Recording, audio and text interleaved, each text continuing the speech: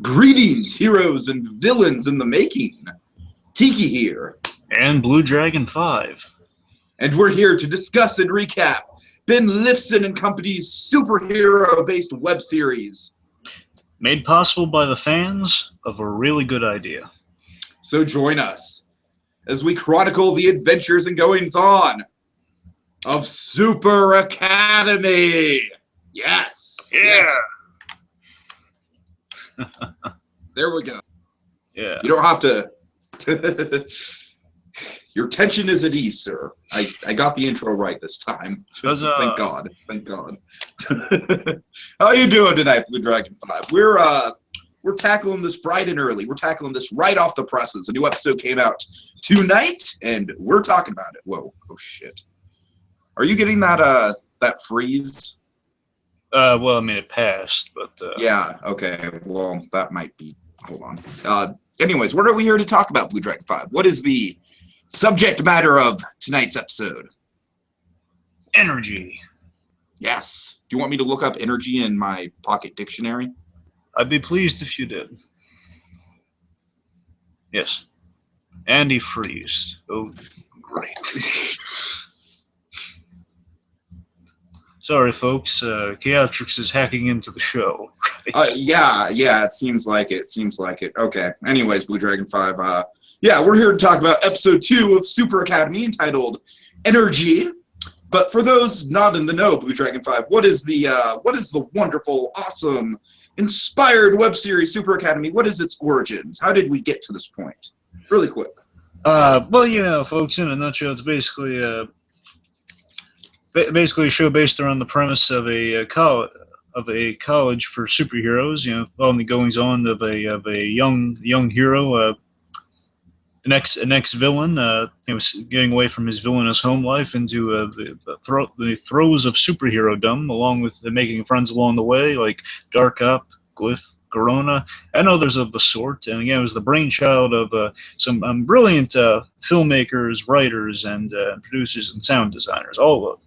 Just, you know, it's a lovely culmination of just some creative people working on it. Great idea that's taken a few campaigns on Kickstarter. Now it's bloomed into this bombastic series that we're talking about today that has been generously brought to us by the Escapist Network also.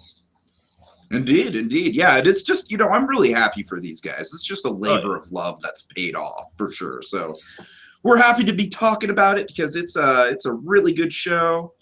Plenty of awesome characters, lots of good setup. So without further ado, BlueDragonFive, want to get right into it? Episode 2? Certainly. Oh, and okay, also, so this folks, just to preface it, by the way, folks, yep. You know, we've since the first show, we've been informed by the creators of the show, in fact, that, you know, in case we get anything wrong, we might have some new information to correct any mistakes we've made previously. Because God knows that's probably going to happen. Certainly, sir. You know, again, it's basically, if we have any questions, you know, we might get some insight, some ahead of the curve insight on what's to come. You know, perhaps, you know, we're getting some info from the source, and it's an awesome feeling. And, you know, we thank those guys profusely. You know, we're going to try our best to correct any mistakes we make, and just, you know, make the show better, because we're talking about something truly wonderful here. You know, I want to make it stick. Yeah, and that freezing at the beginning of the show certainly didn't help anything, but hopefully we can move on from that. It always seems like something crappy happens right at the beginning of our podcasts. Curse you, we kind of get in the curse you! Okay. Oh, I'm going to hack into Tiki's computer! So, actually, before we get into this episode, let's talk about just kind of the differences right off the bat from the first one. That this episode, it's a little shorter than the others, because from what I was informed of, it was going to be like a 20-minute per episode show. This one came in a little short. Not the worst in the world, but I'm surprised by how much story, character-based story we got chock full of in this episode. Well, I feel like the first episode was a lot of kind of setting things in motion, a lot of, like, you know, setting up the character development, the Power Kids dynamic with Chaotrix, all that kind of stuff. It was very plot-based, the first episode. Exactly. And I feel like this one was almost the exact opposite. This one was almost all character. Yeah, and it worked. It worked very well. It's kind of like getting a different flavor per episode. I'm hoping that's that seemingly would be the direction. You're kind of giving a different flavor per episode of, like, kind of a stylistic thing. Because if you only got 4 episodes, you got to make each of them count. You know, it's like a bullet in the chamber. You know, you got to really make it hit the mark really, really well. You know. It's like half of a Better Call Saul season. Yeah. It's daunting. Wait, Better Call Saul had 10 episodes, didn't it? Yes, it did. You're thinking Agent Carter, Tiki. You're thinking Agent Carter. Yes, I am. I knew there was a show with 8 episodes. Thank you. Remember, this show. Yeah, you're right, absolutely. Okay, technically 5 if you count the pilot. Then it's like a Seinfeld season, essentially. Since first season of Seinfeld, 5 episodes. Okay, well, so yeah, this episode is Corona-centric, and I'm very much a fan of that character, so I was giddy throughout this. So without further ado, let's get into it. What do we start love with? for Corona, and we episode based around her. So we started the episode off with two very fantastic characters that were added since the first campaign. You know, we got Corona and Glyph walking back from a Dr. Phantasm film club, which again it's nice. They really seriously from all here they had some great world building established in that first episode. It's kind of carried on throughout here. Just like, you know, there's that Dr. Phantasm's kind of the Doctor Who show of this universe, you know.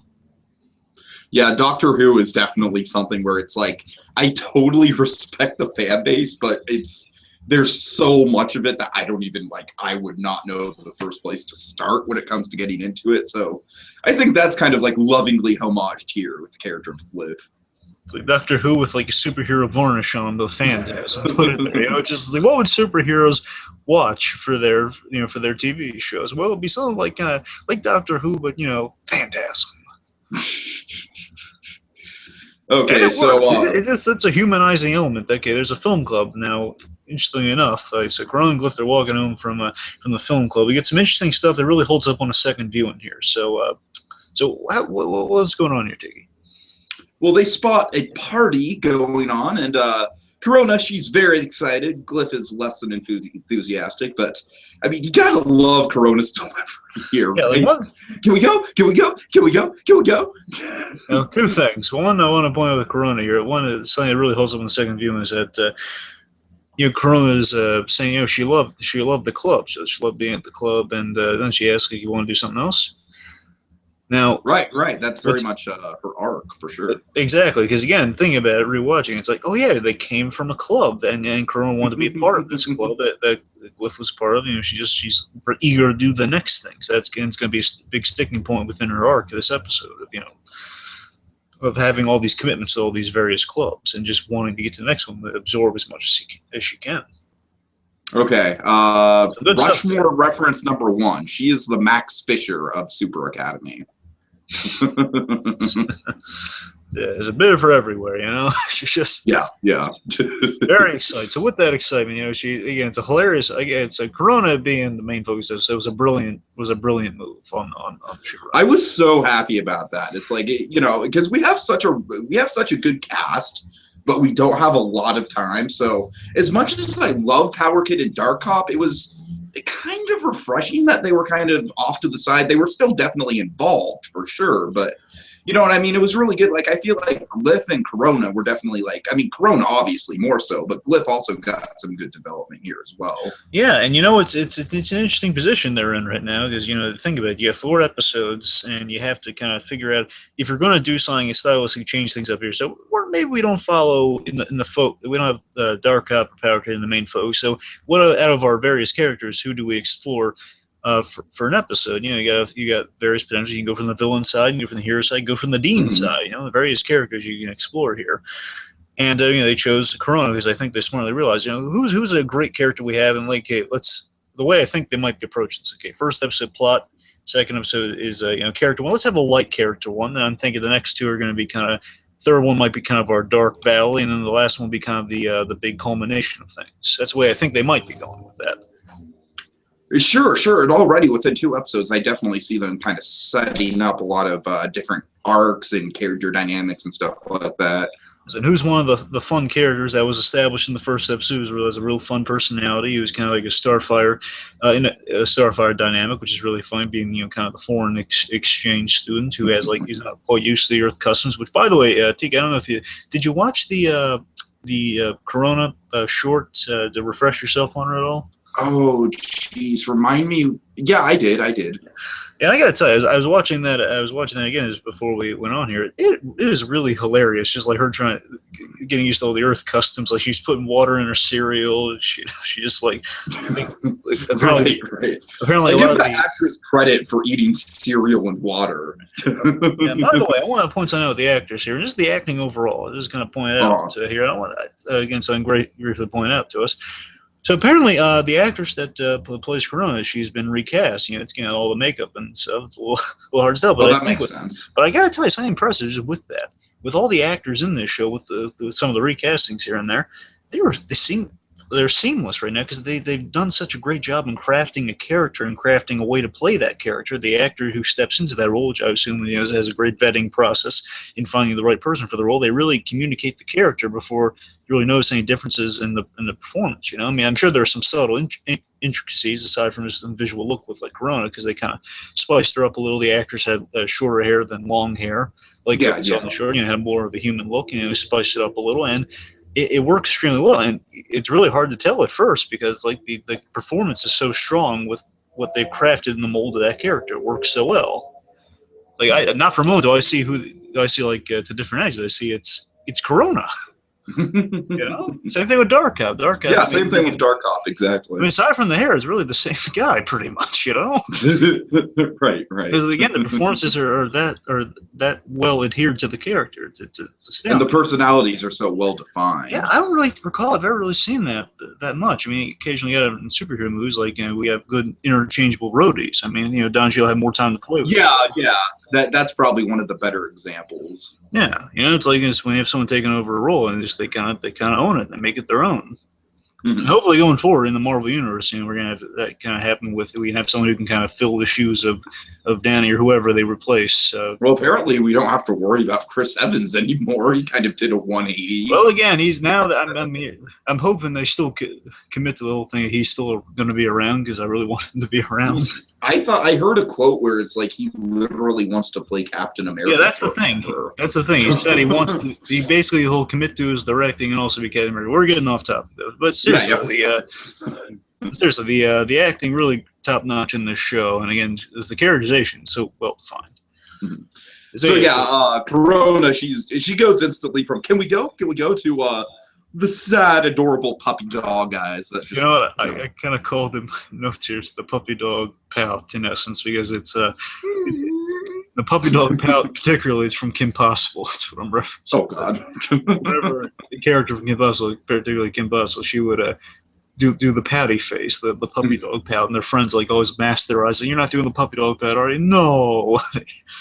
Lower but seriously, who can say no to that face? I mean, Corona, first of all, again, one of our favorite characters going forward. I mean, she's been fantastic. She stole the show, falling head over heels for both these great female characters. But I love good female characters, by the way.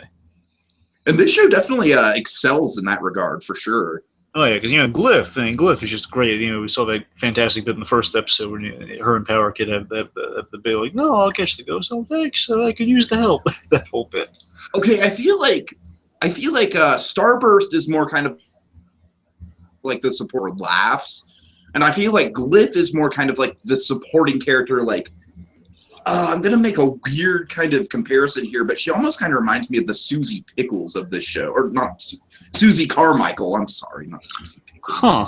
But she's kind of like the guru, who's kind of like she's not really part of the main cast, but when she shows up, she definitely imparts wisdom. Yeah. I kind of see it. I think you might be on to something. Yeah. Again, I kind of equated her to what I kind of hope she becomes. I think there's enough there too. She's kind of like an Oracle type, kind of an Oracle Alfred support level for Power Kid of that. Not she's a definitely, but the fact that she's just that kind of the emotional anchor. Again, they're just like they're good friends at this point. 3 months ago by, they got to know each other. We have a bit in this episode that supports the fact they've gotten close. That she, Dark Cop, they have their little tight niche of pals. Yeah. And there's this idea. She's there for him. She provides the information. She's kind of the smart. I assume that she's the smartest person in the room, even though Dark Cop has credentials. But I think she is the personality more well-rounded than Dark Cop is. So she's great at kind of reaching the people, where Dark Cop's more of like he understand, like getting to the heart of like what the people are thinking. Yeah, exactly. Dark Cop is like so focused on his technology that he sometimes overthinks it a little bit. Yeah, of course, and that's his undoing. That's the brother. Sure. Okay, let's see. So again, after the puppy dog pouch for Glyph, which is used on Glyph, which is adorable and fantastic. Seriously, though, and I gotta tell you that I felt bad for Glyph in this scene. Again, Glyph, the actress plays Glyph. She plays this absolutely flawlessly because first of all, Glyph is just playing this so realistically of well, I don't want this after the pouch says, okay, 1 hour, no more. Right. And again, Corona's essentially like a 4-year-old kid here. She just like throws up the film canisters, darts towards the door, and poor Glyph, like she's carrying the projector and she can't catch the film cans. And I felt so bad for But again, you can't be mad at Corona though. She's so happy-go-lucky. No, you can't. All right. I'm gonna hope the film within those cans were protected. It was nighttime. Maybe they're okay. They could be okay. Who knows? Anything too valuable. Well, again, it's Dr. Phantasm movie, and apparently they're on films. It must be like that Doctor Who has those lost. Oh God, is it like the Doctor Who lost episodes? I'm gonna guess that. Again, I don't watch Doctor Who, but I'm gonna guess it's. I know. I am aware that there are lost episodes of Doctor Who. Not that I have anything against Doctor Who, it's just it's too big to get into. It's so vast. There's so much to it. It's ridiculous. Anyway, so let's see. So they go to the door of this party house, and let's see Tiki, let me ask you, who answers the door? Who's the MC of this party? Who's the host? It's Starburst. What flavor? Well, did you hear that? Was it just me, or did you hear that horn kind of do a little bit of a glitch?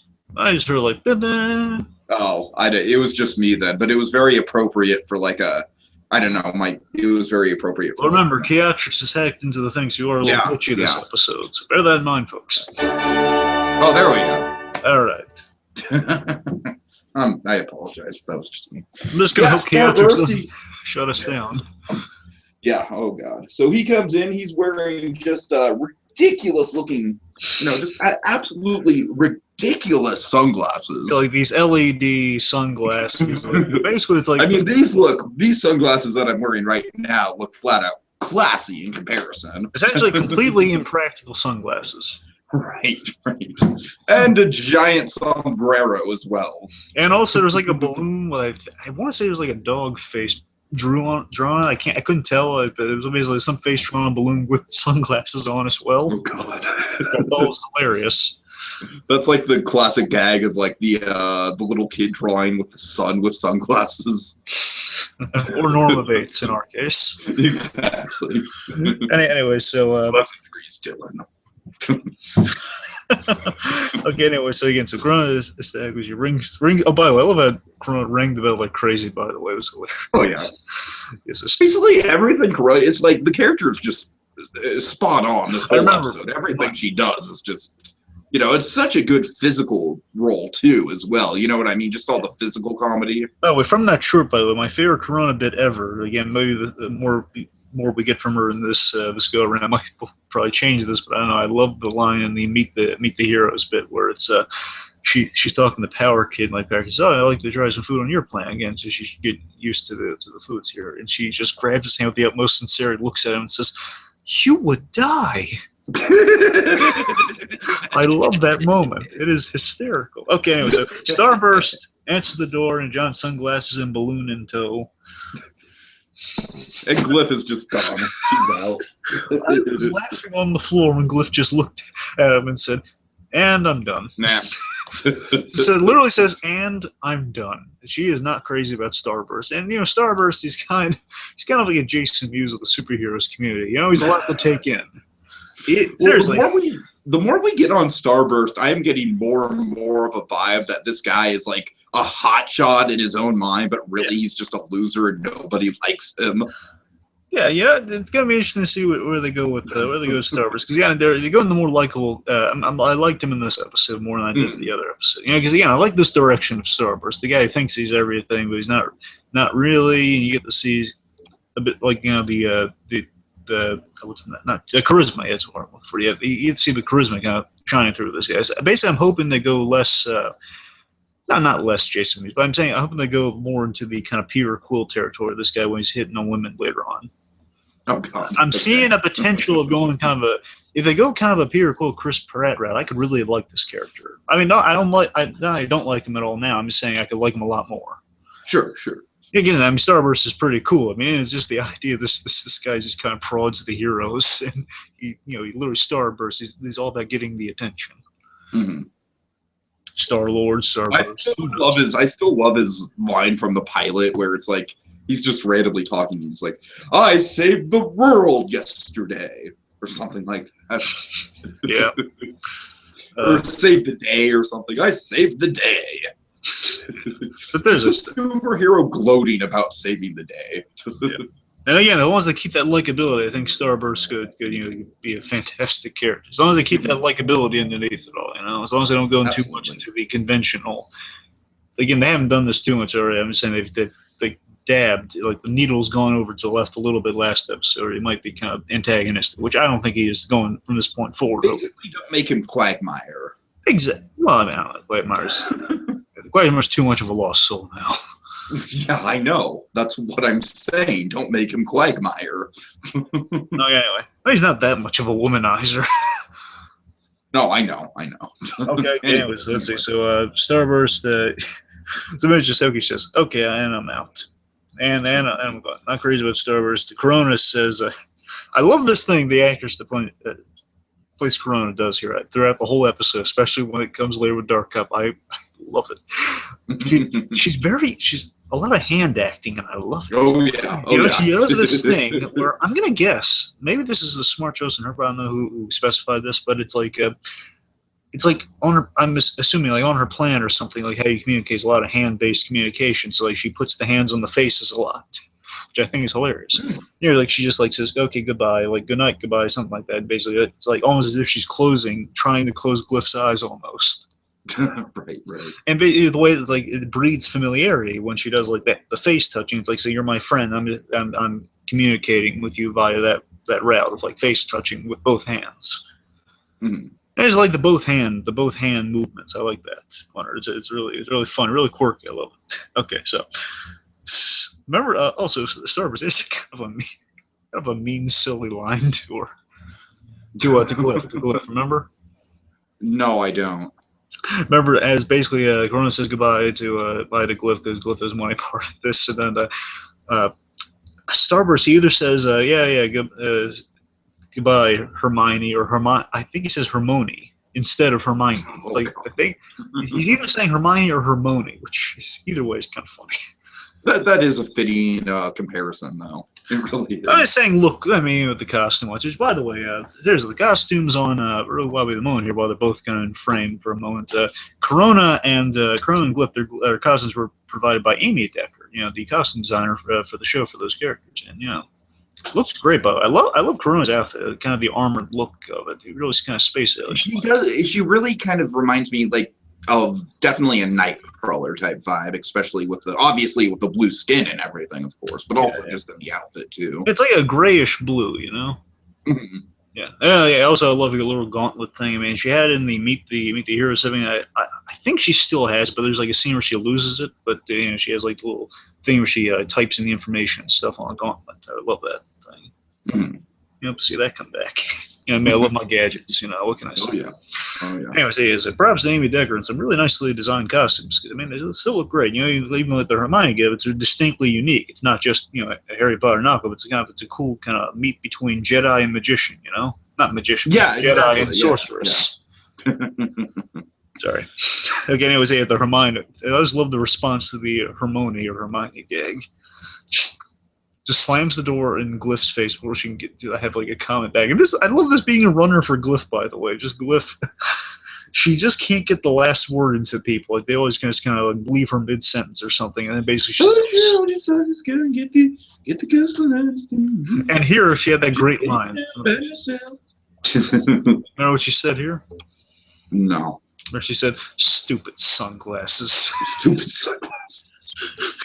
Oh, They are stupid. I love the disdain she has for Starburst, and if they keep that, I'm gonna love it. Just it's very good, very clever. Just Glyph just being left mid-sentence yet again, can't get her last licks into the guy who just insulted her in a way. Just get lost in your mind. Okay, so Starburst is kind of explaining the Spanish theme of the party. Oh yeah, Spanish shindig. Yes. So yes. Let's see. If they have the term, or is it De la Mundo? It's like Starbe Partes de la Niño. Oh, okay. He says it's Spanish for night. Maybe this is an answer that could be answered for us, but I don't know if. I wonder if he's actually translating that right, or if the gag is that he just. Or is it like Swedish Chef, where it's just gibberish? No, I'm wondering if it's like he's just saying the completely. What if it translates something completely off, and he thinks it's Spanish for night?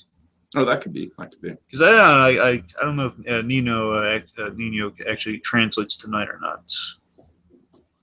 Not getting Well, we need to brush up on our Spanish. I don't need this dictionary. I need a Spanish-English dictionary. So I remember there was like Buenos Dias and Buenos Tardes. I thought Tardes was nights, but No. Anyway, so he's like he says something like he's using some light pickup lines that are saying, "Oh yeah, well, chapters 1 through 8. Maybe we can make you a hashtag recurring character." The thing is, might be like a subtle break in the fourth wall joke. Hey, we like you, Corona. We're gonna make you a recurring character, but no, she's a regular. Could be. Yeah, that's kind of what I took it as. So we see a group of our characters, but we see Sloth Master there and Colorblind Kyle again. Colorblind Kyle. I think Colorblind Kyle is going to steal the show in the end of the day. I think he's going to have these such great moments where you're going to say, "Oh, Colorblind Kyle, that's hilarious." I love his outfit. I can't get over the sensor bar over his eyes. You got to remember, of course, all the colors are mismatched because he's colorblind. Right. Okay, anyway, so then Starburst is distracted by a dip crisis going on in the other room. The stuff in the dip ball is not dip. Oh dear. My assumption of that is that Starburst he used like one of those guacamole masks or something. That's my assumption with that gag, is that Starburst cares about his appearance so much. He cakes on the stuff and keeps it in the fridge. That's my guess. Could be wrong, but I'm just saying it would be funny if he's so look obsessed. All right, so then, who do we have at the party? Who's the familiar face Corona sees at the party? It's Power Kid! Tie! I love the simple touch that he is wearing a tie. Power Kid wants to dress up for a party, and it might show you that he's not a guy that gets invited to a lot of parties. Being a Starburst, he lets everybody want to the parties. Yeah, even though it's obvious, especially in the live streams, Power Kid and Starburst do not get along. Well, they're not on the same page, but not on the same page. Yeah, you're right. That's a better term. Power Kid's a nice enough guy, It's like Starburst. It's interesting. In the pilot, we got a bit of that where it's like Starburst. It's like he doesn't want to be mean to Power Kid, but he just does not know how to handle him at all. Exactly. You get a hint of that in the pilot, and of course, some stuff in the live streams. And it's interesting. I wonder if there might be a class system thing potentially going on here, that Starburst likes people with powers. Could be. Yeah, that's actually an interesting theory. I mean, the thing is, he doesn't care that much for Dark Cop. I mean, I'm sure he would have allowed Dark Cop to come in, and Power Kid vouch for him, but that's the thing. It might be kind of like I don't think they're broaching on sororities or Delta House, the fraternities. Mm-hmm. I'm not sure if they're gonna. Could it be almost like a mudblood thing from Harry Potter? But I don't know. Yeah, I know you don't know. Shut up. But that's your fault for not catching on to a phenomenon. I'm not that much of a Harry Potter fanboy. I'm just saying Harry Potter is probably maybe on a similar level to Star Wars in terms of the generation that grew up with it. I'm not saying it touches Star Wars. I'm just saying kind of maybe a similar level of popularity. Yeah, I wonder if like Starburst didn't put out the invitation to Darkhawk because he doesn't like him or because he doesn't have powers. You know, it'd be interesting to see that. Or he could have invited him and Darkhawk just didn't show up. Exactly. That's kind of what I took it as. I don't know. I don't think, because again, I think he has, not that he hates Darkhawk, but he's not crazy about him. No, but he's not crazy about Power Kid either. He invited Power Kid. No, I think he's just he's like okay. It's an open invitation. We're dwelling to. It's an open. They just he just invites Corona in, even though they just randomly stumble upon it. So well, remember he's a lady. You have to assume she didn't get invited. You gotta remember he's a ladies' man though, so he loves. Well, yeah, of course. Well, so he has a thing. Anyway. He might have a thing for Corona too, because remember the simulation flirtation. Of course. Okay. But Power Kid in a tie. Yeah. We'll get into it more later, but I think this episode kind of squashed my hopes of Darkona a little bit. I think there's still. I don't think it completely crushes Darkona. I think it does. I think it does. All of Agent Carter. Remember, like the whole the Thompson thing. I mean, it could be like a Thompson road. I don't know. To be honest with you, though, I'm kind of feeling the Cotrix. No, I'm kind of feeling Power Kid and Corona. I don't know. I mean, I think they're friends, but we'll see. I could be completely wrong. Yeah, but they don't have to get together. No, I know they don't. It's fun to ship. I don't know. Yeah. I don't make know. That delineation, because sometimes shippers can get a little go off the deep end sometimes. I think these two are cute together. I don't know. They do have a great rapport. How genuinely happy Corona was to see Power Kid. Yeah, of course, she's genuinely happy to see everyone, but she seemed to be like, especially excited to see him. Yeah. Okay. So let's see. So again, she says, "Oh, I didn't know you do things." Oh, poor Power Kid. Yeah, and it's great here. It just shows you, Corona as out of tune with things as she is. She still has a lot of great, human emotions there, where she kind of realizes, oh no, I didn't mean that. I wonder if it's like she's like just seeing it on his face that he's a little taken aback by that, and then she's just instantly apologizing, or she like can truly perceive that as like, oh no, I did not mean that. Sorry. Might be a little bit of both. Yeah, she's very personable. It's that sort of thing. Yeah. I just love that she genuinely apologizes. Oh, I didn't mean it. I did not mean it that way. I'm sorry if I think. She's really nice. Corona, really nice character. So then, so Power Kid, he's in college. There's some drinking going on there. So, oh dear. And Power Kid has a really sweet line in response to it. Corona, a friend, is there, says, well, it'd be nice to drink with someone for a change, somebody else for a change. And then she takes this as foreign exchange student. She doesn't quite get all the intricacies. Says okay, and just I think she takes Power Kid's drink too. She does, yeah. She takes Power Kid's drink and goes over to Sloth Master. First of all, I love that out of all the people at that party, she gets so excited to go over to Sloth Master. Don't be wrong. And he's going to have a freaking amazing moment coming up. Yeah, so Sloth Master, I've been wrong on this before, so again, folks, bear in mind there's a lot of live stream to get through, but it's been a while too. It's been almost a year, in fact. At least I think it's been almost a year. I don't know which campaign he might have been brought up on, or if he was originally there from the beginning, or he seeped into the background, but I want to say Sloth Master was created during one of the creator live streams, because I remember talk of Sloth Master regardless, because he's such a hilarious character. Oh god. Anyways, so of all the people at the party, she's head over heels saying, "Yeah, let's Sloth Master," and then just Power Kid has this oh well moment of, oh well. It's like, no, I would have. She misunderstood me, but okay, it's fine.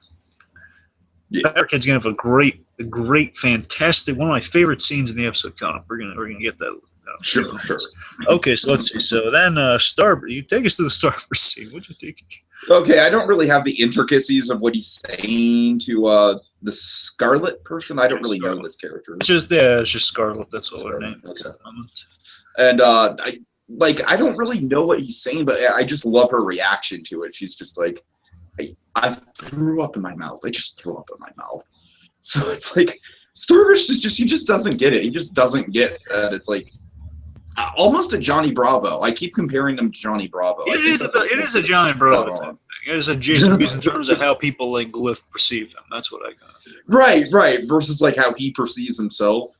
It's like, Jason Mewes just doesn't take the hint. He's strong coffee. That's what Jason Mewes is. He's strong coffee. And sometimes you just can't take him. Sometimes he just he's a little too much for you. Sometimes he's just your blend, Anyway, but the thing that made her like throw in the mouth is like Starburst is bringing up. So I hear you're a gymnast. You know what they say about gymnasts? And then she's like, I just threw my mouth a little. And then I love this. So Starburst is kind of it's a line that can be taken in a myriad of ways. He says they're great at keeping basically great at balancing themselves. Mm-hmm. Of course, you got to wonder. I think it just genuinely means. I think it's Starburst just being overconfident, just walking up to her and saying, "So you know what to say about gymnasts?" He has no dirty intention in his mind by saying, they're great at keeping their balance, and he thinks, "Yeah, that's gonna win her over." That's what I think it is. That's how I like to think it he's is. Trying to be all polite. I think that's just him not really. He thinks he has these great pickup lines, but really not yeah, nice. Exactly. He's just making conversation, which you get really fun. But if he's selling himself as a ladies' man, and I think she's taking it either way. Like, that's the weirdest thing I've ever heard. I don't know what that means. It might be something gross. It might be something creepy. I'm getting out of here. Mm-hmm. And then, of course, Starburst has one of the best lines of the episode. Go for it. Says, that was, I think he says something along the lines of that was frigid. I'm going to have to melt that ice cube. Okay. I love the delivery on it, too. Like, he takes a drink and he says, "Oh, that was frigid. Going to have to melt that ice cube." Really cool. Okay, so then we have a dance party going on. Oh, yeah, Power Kid's doing a little twerking. Yeah, that's my only personal gripe for the episode is that, it's just me being, I'm not too trendy, I guess. But I don't think we needed to see Power Kid twerk. I don't think we needed that. But well, I think that's the gag, is that I don't think anyone wants to see it, but it's there. Again, I think it's just that I'm not crazy over the twerking. I don't think really anyone really is. They just do what they say because it's popular. Exactly, and social media just drives me crazy. But again, humor and dance crazes, they're subjective. Right, not my taste, but I see the purpose of the gag. Power Kid maybe not invited to a lot of parties. He's there and he's just he's living it up, and he's getting drunk. It's basically how I act on the rare occasion that I get invited to a party. So, I mean, I don't twerk, but I do kind of like get over the top because I'm like, hey, I'm around people and I'm intoxicated and I'm not usually around people. Yeah, it's a mini gag. It's a mini gripe though. It's nothing that wrong with it by any stretch. Okay, so then. But Colorblind Kyle has some really good bits in this little dance scene. So first of all, I love. Did you catch the oversized flask that they're all drinking out of? Yes, I'm glad you brought that up. Yes, I just love that. It literally looks like a 60s Batman prop. It'd be funny Yeah. if there was just like a giant, if there was a hero student attending there who was like, he had the ability to, like Giant Man, he could grow into huge size, and what if that was his flask? Or even better. What if there was a student who naturally is a giant? Naturally, somehow, is a giant, and his ability is to shrink to normal size. A giant flask. Mm-hmm. A giant flask, just what if that was the gag? But I'm spitballing. But I love just the visual of Colorblind Kyle hugging the pinata. Yes, yeah. This pinata. I got an issue with this pinata, but I think it's hilarious though.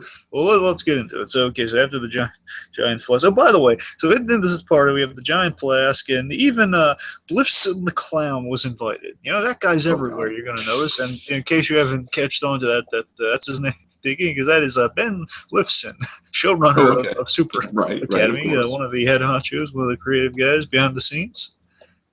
As Bliffson the Clown, you'll remember him best as being the poor soul Darkot beat the stuffing out of in the first episode. In the pilot. Yeah. Not as bad as the punster. He was beaten much more. Oh, that was that kind of crossed the line.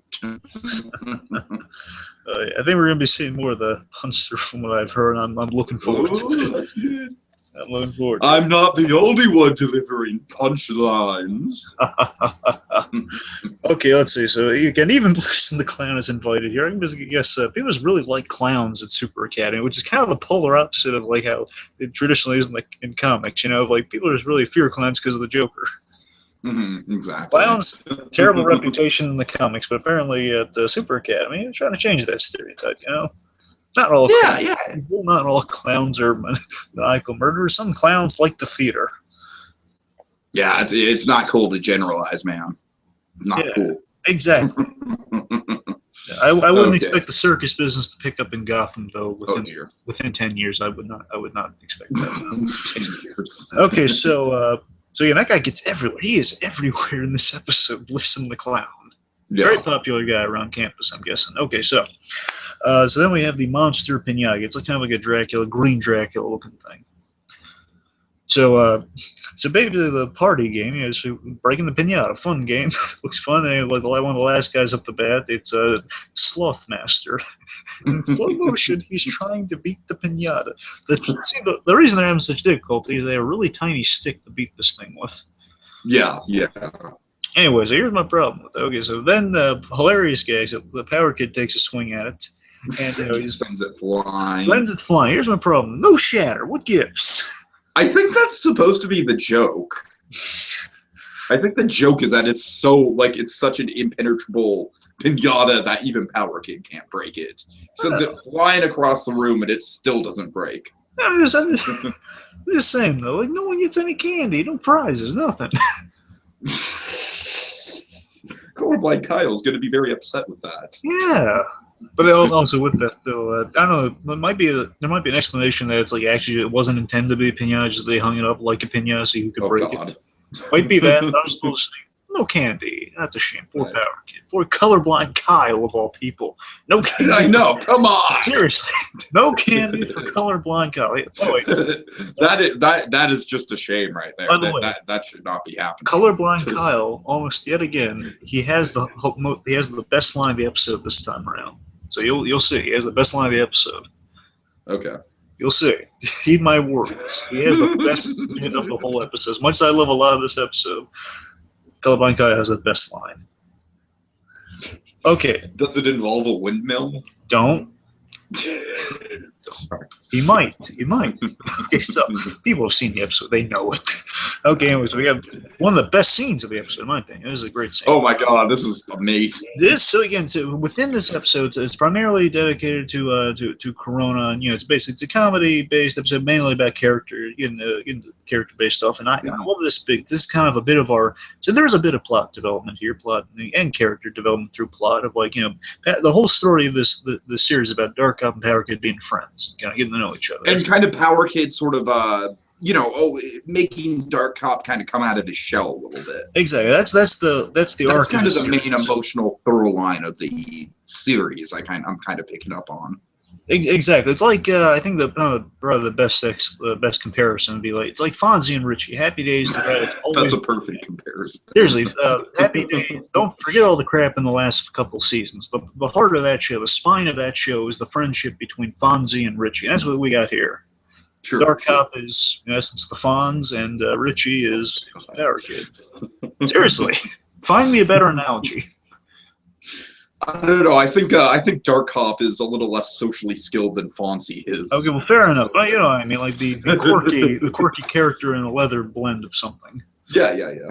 Anyway, so this scene is like kind of continuing that through line of the show. I really appreciate it. So it's really great, subtle stuff to it. It's not just like in your face of like, ooh, Dark Cop's gotta reach an emotional arc. No, it's like it's just there, and it's just there's just enough there. Exactly. So Dark Cop and Power Kid, they have a phone call. So basically, Power Kid drunk dials Dark Cop, which is hilarious. And I love the opening. This is brilliantly written too. If it's not improvised, it's brilliantly written. It's hey, Power Cop, Cop Kid, Dark Kid.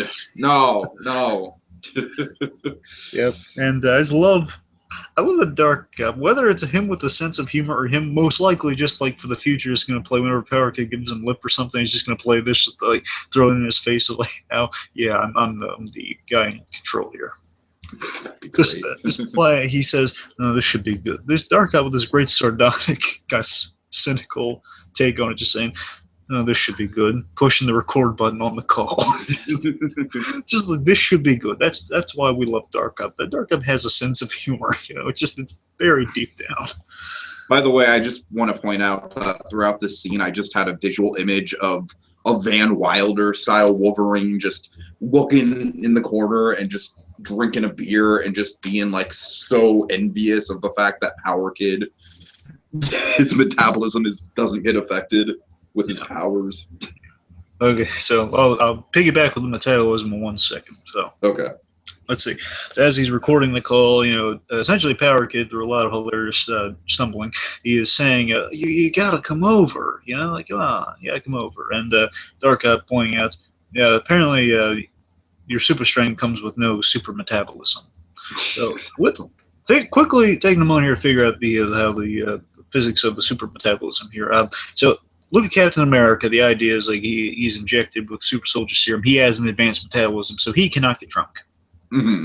That is a power that was not naturally encoded to him, so it kind of makes sense that Power Kid, he's born with this power, and with that, it basically means like he's adapted, and if basically because it's kind of encoded him regularly, he can drink and he can still get drunk because it's just he's always felt this way. It's not like a change in anything. It's not just like his cells haven't been super enhanced. To him they're natural. So in theory, he would be able just to get drunk. I mean, I could just be talking on my rear end right now, but I think that's the logic that might be there supporting that. If there is like, I'm sorry, is Wolverine? Can he get drunk, or am I just imagining? Yes, no. Here's how it works. It's okay. So basically, the main. Or am I confusing Wolverine with Captain America? No. Here's Captain America can't get drunk, but Deadpool and Wolverine, they both have healing factors, and from what I've understood, at least for Deadpool, it's Deadpool can get drunk, but it takes a copious amounts of alcohol. Same thing. I'm assuming the same thing for Wolverine. However, if I'm right, Wolverine may be able to burn it off faster, but I think they're both they get drunk, but it just takes a lot to get them drunk. So like I said, I just picture like an envious Wolverine just looking on in the corner at Power Kid all drunk, and he's just like tops, like I'm saying, like tops, like breweries have been drained at this point. Like they'd have a 10-minute, like breweries have been emptied at this point. Basically, they'd have a 10-minute hangover in the morning. That'd be the worst they could ever get drunk. Oh wow, okay. That would be that's my extra. Basically, it would take a lot to get them drunk, and even if so, they'd be able to burn it off quickly. Sure. Okay. Because I mean, sometimes they go back and forth on it. So sometimes when they get drunk, that's the only rationale. It has to be a lot. Something really potent to get them drunk. Okay. Sorry. So Power Kid, he's just like, I'm here. You're not here. Yeah, you're smart. Be here. You're really smart. You talk like the walk. Let me just point out, I have been both these people in this situation. I have been the friend on the phone to the drunk friend, and I have also been the drunk friend calling the friend. So I very much appreciate this from both angles. So Dark Up, in response to Power Kid's invitation, he's saying, Dark Up saying, Power Kid, I have no interest. I mean, I have no interest in intellectual communal fluctuation, basically an intellectual communal fluctuation ritual. You're smart with words. Yep. Yeah, you're smart. You talk like the walk. I love when he says talk like the walk. My favorite bit is he's just like, but I'm wearing my red sweater. I love just the red sweater gag. Before the red sweater gag, he says, considering how stupid some classmates are sober, I can't fathom them intoxicated, and he brings a Starburst to constant singularity, I assume. Oh my god. Then we see Starburst kind of stumble bumming around the party as this is going on. That's a well-crafted shot, but it's something that gets swept under the rug. It's just while he's mentioning Starburst, you see that going on, and just kind of Starburst trampling over. Then we cut back to kind of the action between Dark Up and Power Kid, kind of intercutting between those two. I think it's a really nice intercut sequence. By the way, from what I understand, Ben Lipson does if not all, then a majority of the editing on these episodes. Okay.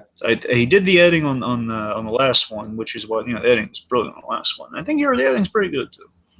Yeah, I mean, there's definitely some really good editing moments here. He's got some good tricks with the Sure. you know. Anyway, so I say basically saying, well, even if I was there, I don't want to see some of these guys intoxicated. Like, I don't think I could take Starburst, a drunk Starburst. I don't think anyone can take drunk Starburst. No. See what happens is the flavor gets just completely. Oh, God. Sorry, I do enjoy the Starburst candy. They're very nice.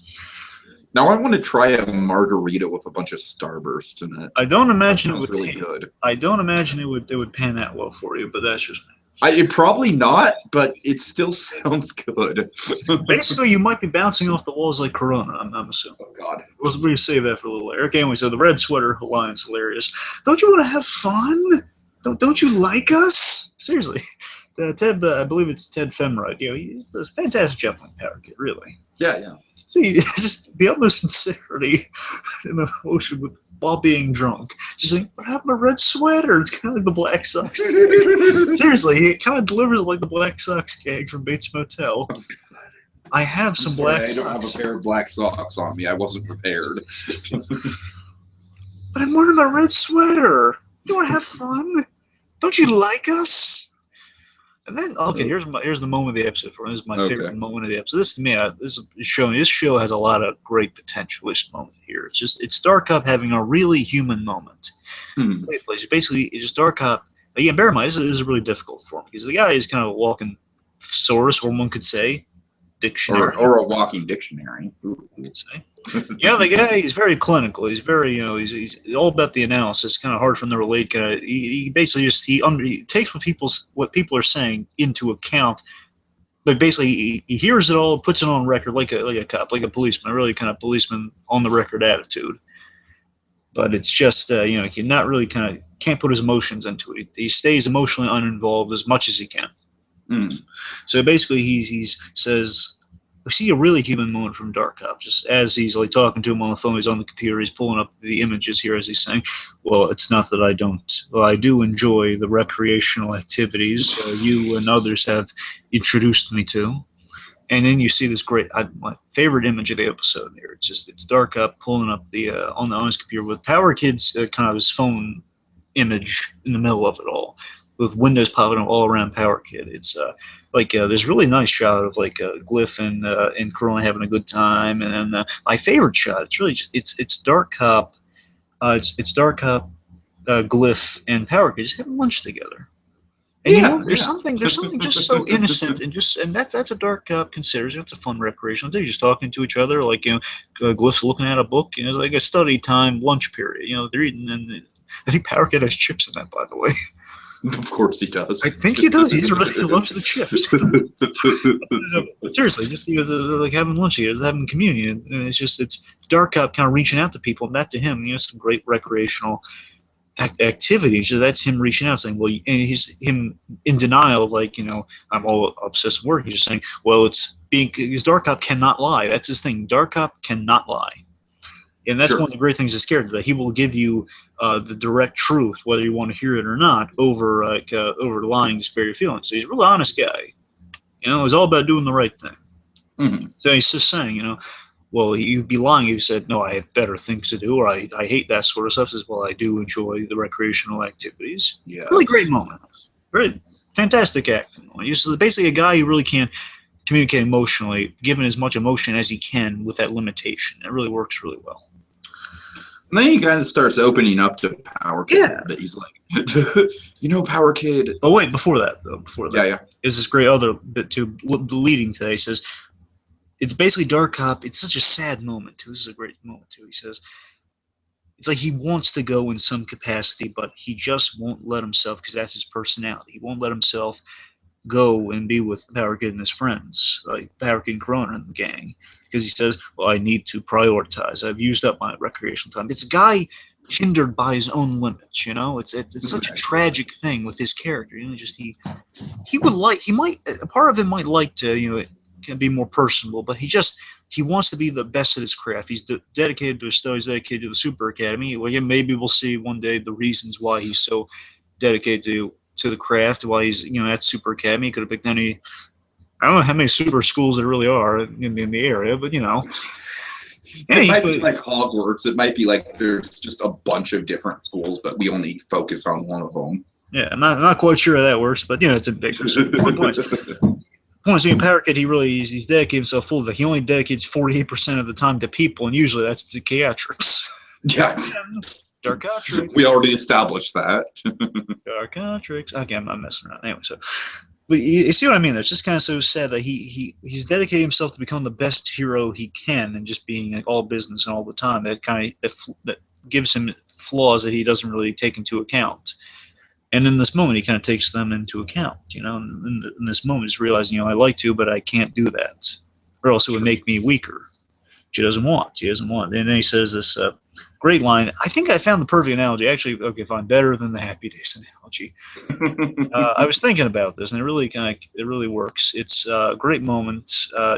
Remember from Watchmen when it's Rorschach and Night Owl, when they have that fantastic moment where it's Rorschach extends his hand after he's insulted.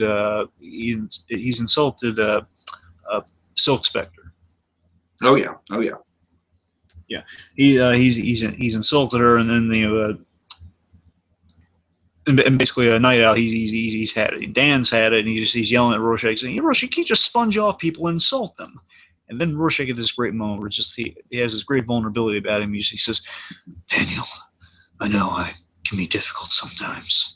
Yeah. Oh my God! I need to go back and read Watch. And then Dan just shakes me back. Then Dan shakes his hand. And he says, "Hey, Rorschach, it's all right." And then there's this great hesitancy of Rorschach's holding on to during the handshake a moment longer than a moment longer than he should.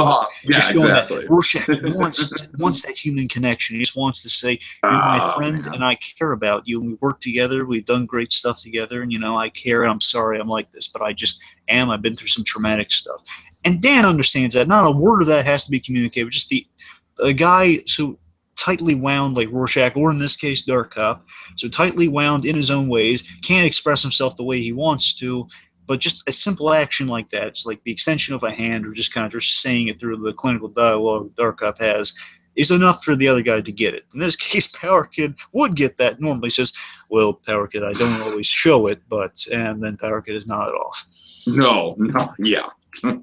So they're close to that breakthrough. We're getting close to that breakthrough for Dark Cop. He's getting out. Definitely, I feel like the whole series, or at least the first season, is going to culminate in a big Dark Cop opening up. You know what I mean? Yeah, it's going to be interesting to see if they ever do kind of give Dark Cop kind of that breakthrough of that humanity, how much they can bring him back. Because you don't want to change him too much. If you change him too much, then he's kind of not the same guy anymore. They still got to advance him. I think they're going to do it. I think they're going to advance him in some way. Okay. Mm-hmm.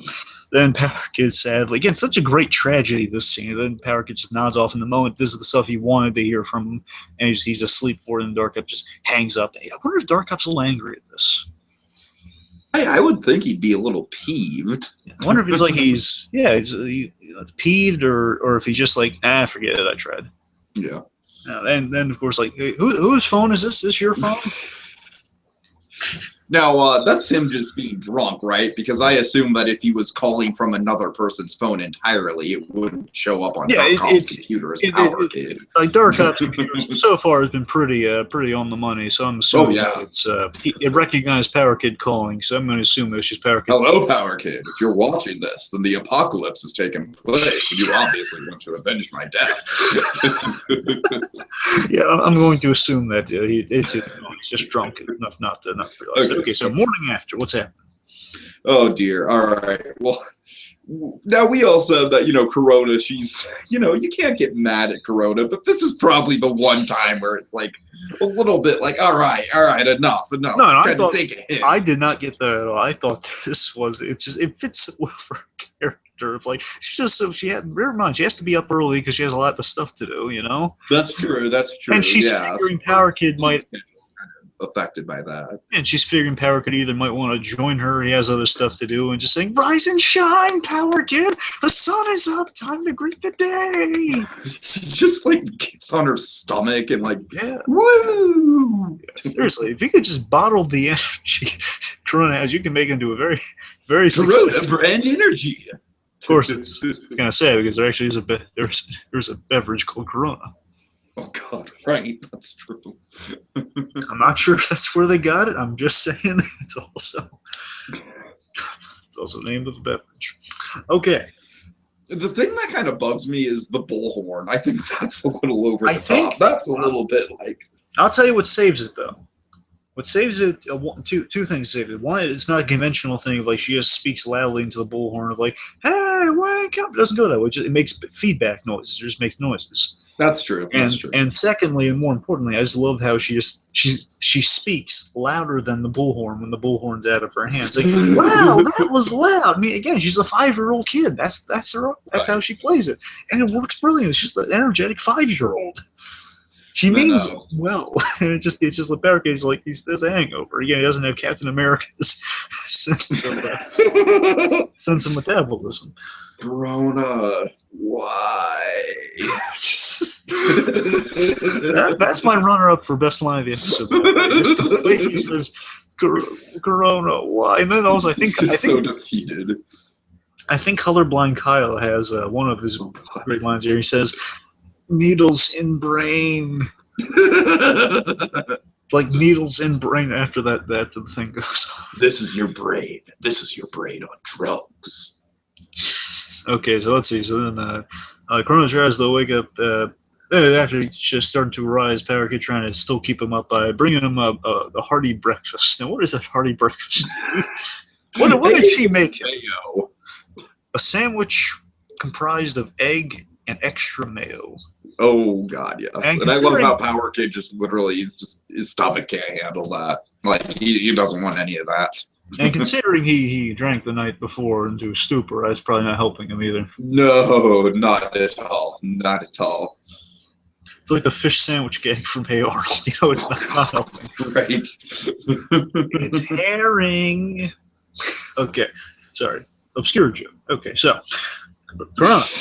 She's got a lot of clubs, and then she's mentioning that she's listing off a bunch of them, and then she's darting out the door, and then Power Kid says, "Wait, how many are you in?" I love how the guy just passes out. Yeah. Like it's a great transition. So then you take us through the montage, Tiki. What do we see? What's going on here? What may it be inspired by? Well, I have a feeling that this might be inspired by the montage from Rushmore. I don't know. I have a feeling. Yeah, folks. We're not trying to be facetious with that. We're just saying I looked. Tiki showed me the clip and I said, "Yeah." No. I quite the contrary. I freaking love Wes Anderson. So basically, anything that emulates his style, I'm gonna latch on to. So yeah, I saw that right away. I'm like, now don't get me wrong. If it's a coincidence, hey, that's totally fine. It's probably an homage, and love homages. I mean, come on, Dark Cop in part has to be an homage, in part. Oh yeah, exactly. But no, I mean it's just so similar. You know what I mean? Just how it goes. It's like these. Well, actually, no, not Dark Cop. Deaf Side has to be an homage in some. Right. Come on. But it's like, it's like these quick cuts, you see the title of the club in the, on screen, the text, the quick cuts, the music. It's got to be an homage to Rushmore. It's got to be. I'd be very surprised if it wasn't. Yeah, so let's go through the club montage here. By the way, nice score on this because obviously they can't use the same music. No, obviously they can't use the Rolling Stones. Yeah, but still, it's kind of that's one advantage Wes Anderson has. He has like the entire '60s catalog of music at his disposal, apparently. So let's go through some of the clubs we see here. What do we see in these quick cuts? Well, I have them all written down. All right, go on, feed us. Okay. I feel like I should be playing that Rushmore song for this. Okay, so we have art, music, outdoors. Do you want to comment on what we see as... Yeah, so in the art club, they're doing some sketches with Colorblind Kyle as the model. I like kind of the potential character. Sense. I love the potential character that, Kyle can't really be an artist, so he wants to inspire art. Hey, man, he could be a black and white sketch artist. Yeah, that's the thing. I shouldn't say he not... I'm saying would it be such a tragic backstory if Colorblind Kyle wanted to be a great painter? Wouldn't it be? I'm sorry, I keep bringing this up, but the kid from Little Miss Sunshine. Yeah, you cut out from there. You mentioned Little Miss Sunshine kid, though, right? Yeah, I keep bringing that up, but I don't think it's quite as tragic of a backstory as that. Yeah, but yeah, I'm just saying though, what if it was like a small tragedy? If like, yeah, color my color, he wants to paint in color, but he just can't. Okay, anyways, then we have well, man, they are doing sketches. I mean, yeah, I'm just saying, oh, he's an art lover. He wants to help the art community in some way. Okay, then we got music with Bliffson the Clown. Of course. You're going to see that guy a lot in this episode. Yeah. Bliffson, he has a role this time, right? He's not just getting punched by Dark Cop, other stuff. So, we have the Outdoors Club, which I think is kind of a silly club, by the way. We really need an Outdoors Club. Yes, we need an Outdoors Club. I'm an outdoors man myself. I go hiking all the time. That's the thing, though. I'm saying the Outdoors Club we see here. She's playing with a hula hoop. Does she need to be in this club? I'm not. That's the thing. Is that a regular thing? An Outdoors Club is if you play a hula hoop. Well, when I hear Outdoors Club, I think like going on nature hikes and stuff like that. So yeah, I'm not sure how the hula hoop factors in. I'm saying I'm surprised it's not like a hiking club. I'm just saying like all these individual clubs. It's Outdoors Club. She's playing with the hula hoop. We got the Kendo Club with some cool looking characters. We have meditation with Moonbeam. She's a nice character. She was in the pilot. I like this character, especially by the end what we see with her powers. She's got a great post-credit scene. Yeah. Moonbeam, good character. Okay, then we got Boating. Yeah, Boating. She's a little captain's sea captain's get up. She's boxing with Bliffson. We got my personal favorite, Imagination Club. We have a Tabletop Club, which I wonder if that was I forget what the board game they were playing in the live stream. I wonder if no, they're playing with cards. I guess it's different. I don't remember if they have cards or not. I don't know. Yeah, the point is they're like playing at Tabletop Club and just rolling dice as like one of those like Game Master type little fold out things, I guess. Yeah. You there? Yeah. I'm sorry. Yeah. So then we have archery, which is very popular nowadays. But between arrow, this is like my runner-up for my favorite like little clip in this montage because I love how the girl shoots the arrow and then she's just like yay. And then she's got video games. She's just playing video games by herself. And I skipped over. She's got a Safari. My favorite Safari with a fly swatter.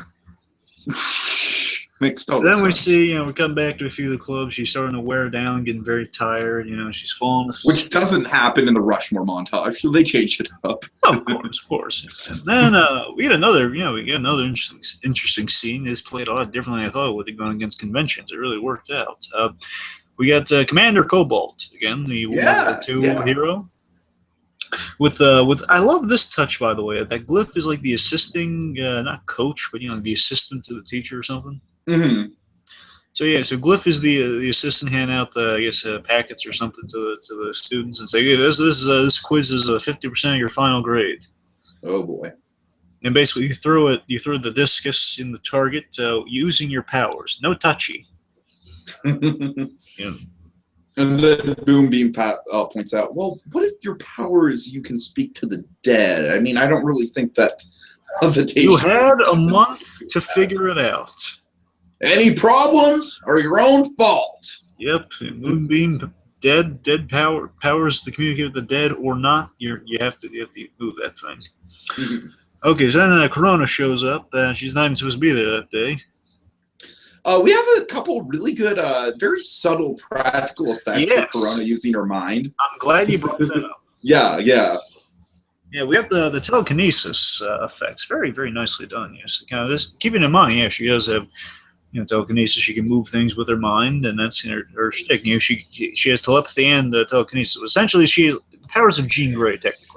Of course. So Professor X, he has telepathy. He can go inside the mind, do all the stuff like that, and then Jean Grey can do both. So she can move things. Basically, it's like a Magneto meets Professor X type ability.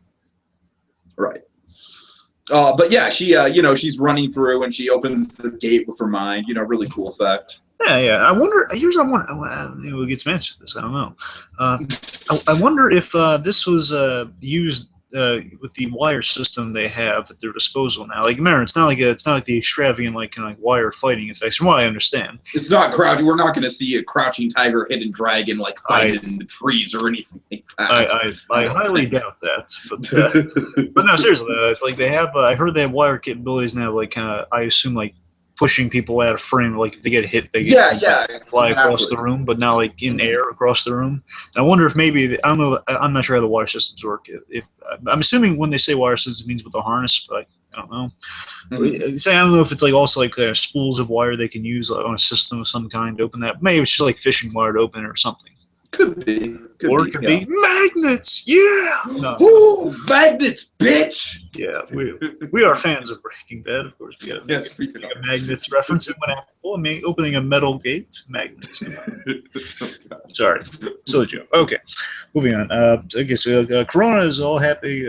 She's all invested being there. So she's again, it's not even a club. It doesn't seem to be a club. It's just it's a class. Exactly. Yeah. So you know, she's getting there again. She doesn't even need to be there. And you know, Commander Cobalt saying, "Well, I mean, you don't even need to be here, Corona. I guess if you want to." And then Corona, she just completely botches the thing. She falls. She's holding the disc, and she's falling asleep. And you know, Glyph goes to help her. And I like this follow up here. So I really like this dynamic that they're building up between Cobalt and Corona. Yeah, so before that, after I love how this follows, and this great chat follows this one bit of the commander just yelling at Senor Thriller. Essentially, he's saying something like, "You gotta try harder if you want to see Day of the Dead" or something like that. Right. Anyway, so then we have this really kind of heartwarming scene between Commander Cobalt and Corona. I love this. This scene is my runner-up for best scene following that Dark Cow chat. It's Commander Cobalt. He has a lot more dimension than I ever would have thought he would. Yeah, I kind of picked up on that just a little bit with his dynamic with Corona in the first episode, but yeah, here we really get to explore it. It's like he kind of liked Corona in terms of, like, you know, she's the one who has persistence with her, but now no, she actually might be kind of a favored student of his. You know, just saying, "So are you mad?" And he says, "No," and I love this. He's not yelling. I absolutely love that he's not. No, yeah. Exactly. He's calm. You hear the calm side of Commander Cobalt. That's awesome. Just saying, "No, Corona, I'm not mad." You know, just essentially, I'm worried that you've been, it's not slacking off, but you've been running low. You're stretching yourself short. Essentially, this is impacting your grade. Yeah. And then, oh my God, this scene melts your heart. Just hearing Corona again, like a 5-year-old almost, like a little. It's like a Full House moment almost. Just laying out, saying, "Well, there are a lot of clubs, and I want to experience everything." I'm not doing it. We're not doing it, Joe. We can never do justice how beautifully this series is a beautiful moment here. Just Corona laying it out, like, there are a lot of clubs. I want to experience everything. My time's running out. And it's probably running out due to I'm stretching here with my explanation. It's because she is a foreign exchange student. She's an alien from another planet. It is. I'm assuming she has like a student visa. I'd be correct. Yeah, right. Yeah, basically it runs out. She has a year to attend Super Academy. I'm guessing because the way she makes it sound is like she has a year. Yeah, a year sounds about right. And and so let's actually So 3 months have passed since the show has started. Which means she's been there 2 months before Power Kid. Mm-hmm. All right. Okay, yeah. So within this year, so I just want to do that math in my head real quick, Anyways, yeah, because she's an exchange student, because she has a visa, which is a realistic dilemma students might face. So again, they get a lot of issues surrounding this episode that are kind of really approachable here. If there are exchange students who kind of have a thing they want to be in America as long as they can, or be at a certain place as long as they can, but eventually they have to leave unless there are extenuating circumstances they can use to their advantage. Sure. And it's a shame, in that situation. Yeah, I was good friends with a foreign exchange student myself, actually, when I took a film class. So yeah, I totally get the feeling. It's like you form such a bond with this person, and then it's like that it's going to be over by the time the year's up. You know what I mean? It's a very sentimental thing to go through. And I love we get some really great kind of subtle depth with Corona, with what she's laying out here. And of course, later on, how it really gets delivered with a lot of emotion behind it too. I mean, even more emotion, like the other end of the spectrum. Now, but right now she's laying it out that she just, with all her being, she's visiting a foreign land and becoming a superhero. But again, with the show, it's kind of less about the superhero, more about just kind of the experiences. Yeah. with that, she wants to experience everything. You know, she wants to bask in this land she's dreamed of for about a decade. Mm-hmm. You know, she's dreamed of this place. She's never been here, and she wants to experience everything. In that Meet the Hero short, you know, she's going to fast food restaurants and around the fountain machine, the fountain soda machine. You know, she's experimenting cereal and coupons and all this sort of stuff. You know, she's being blown away by it. She wants to know about everything. She wants input. Sorry. You know, she wants to experience it. She wants to learn, and that's an endearing quality. You know, she just wants to be something that she inherently is not. And, you know, you want to root for her to kind of get what she wants at the end of the day because she's such a compelling character. Yeah, yeah. Anyway, so then we got Cobalt going into his advice stems from a World War II story. WWII.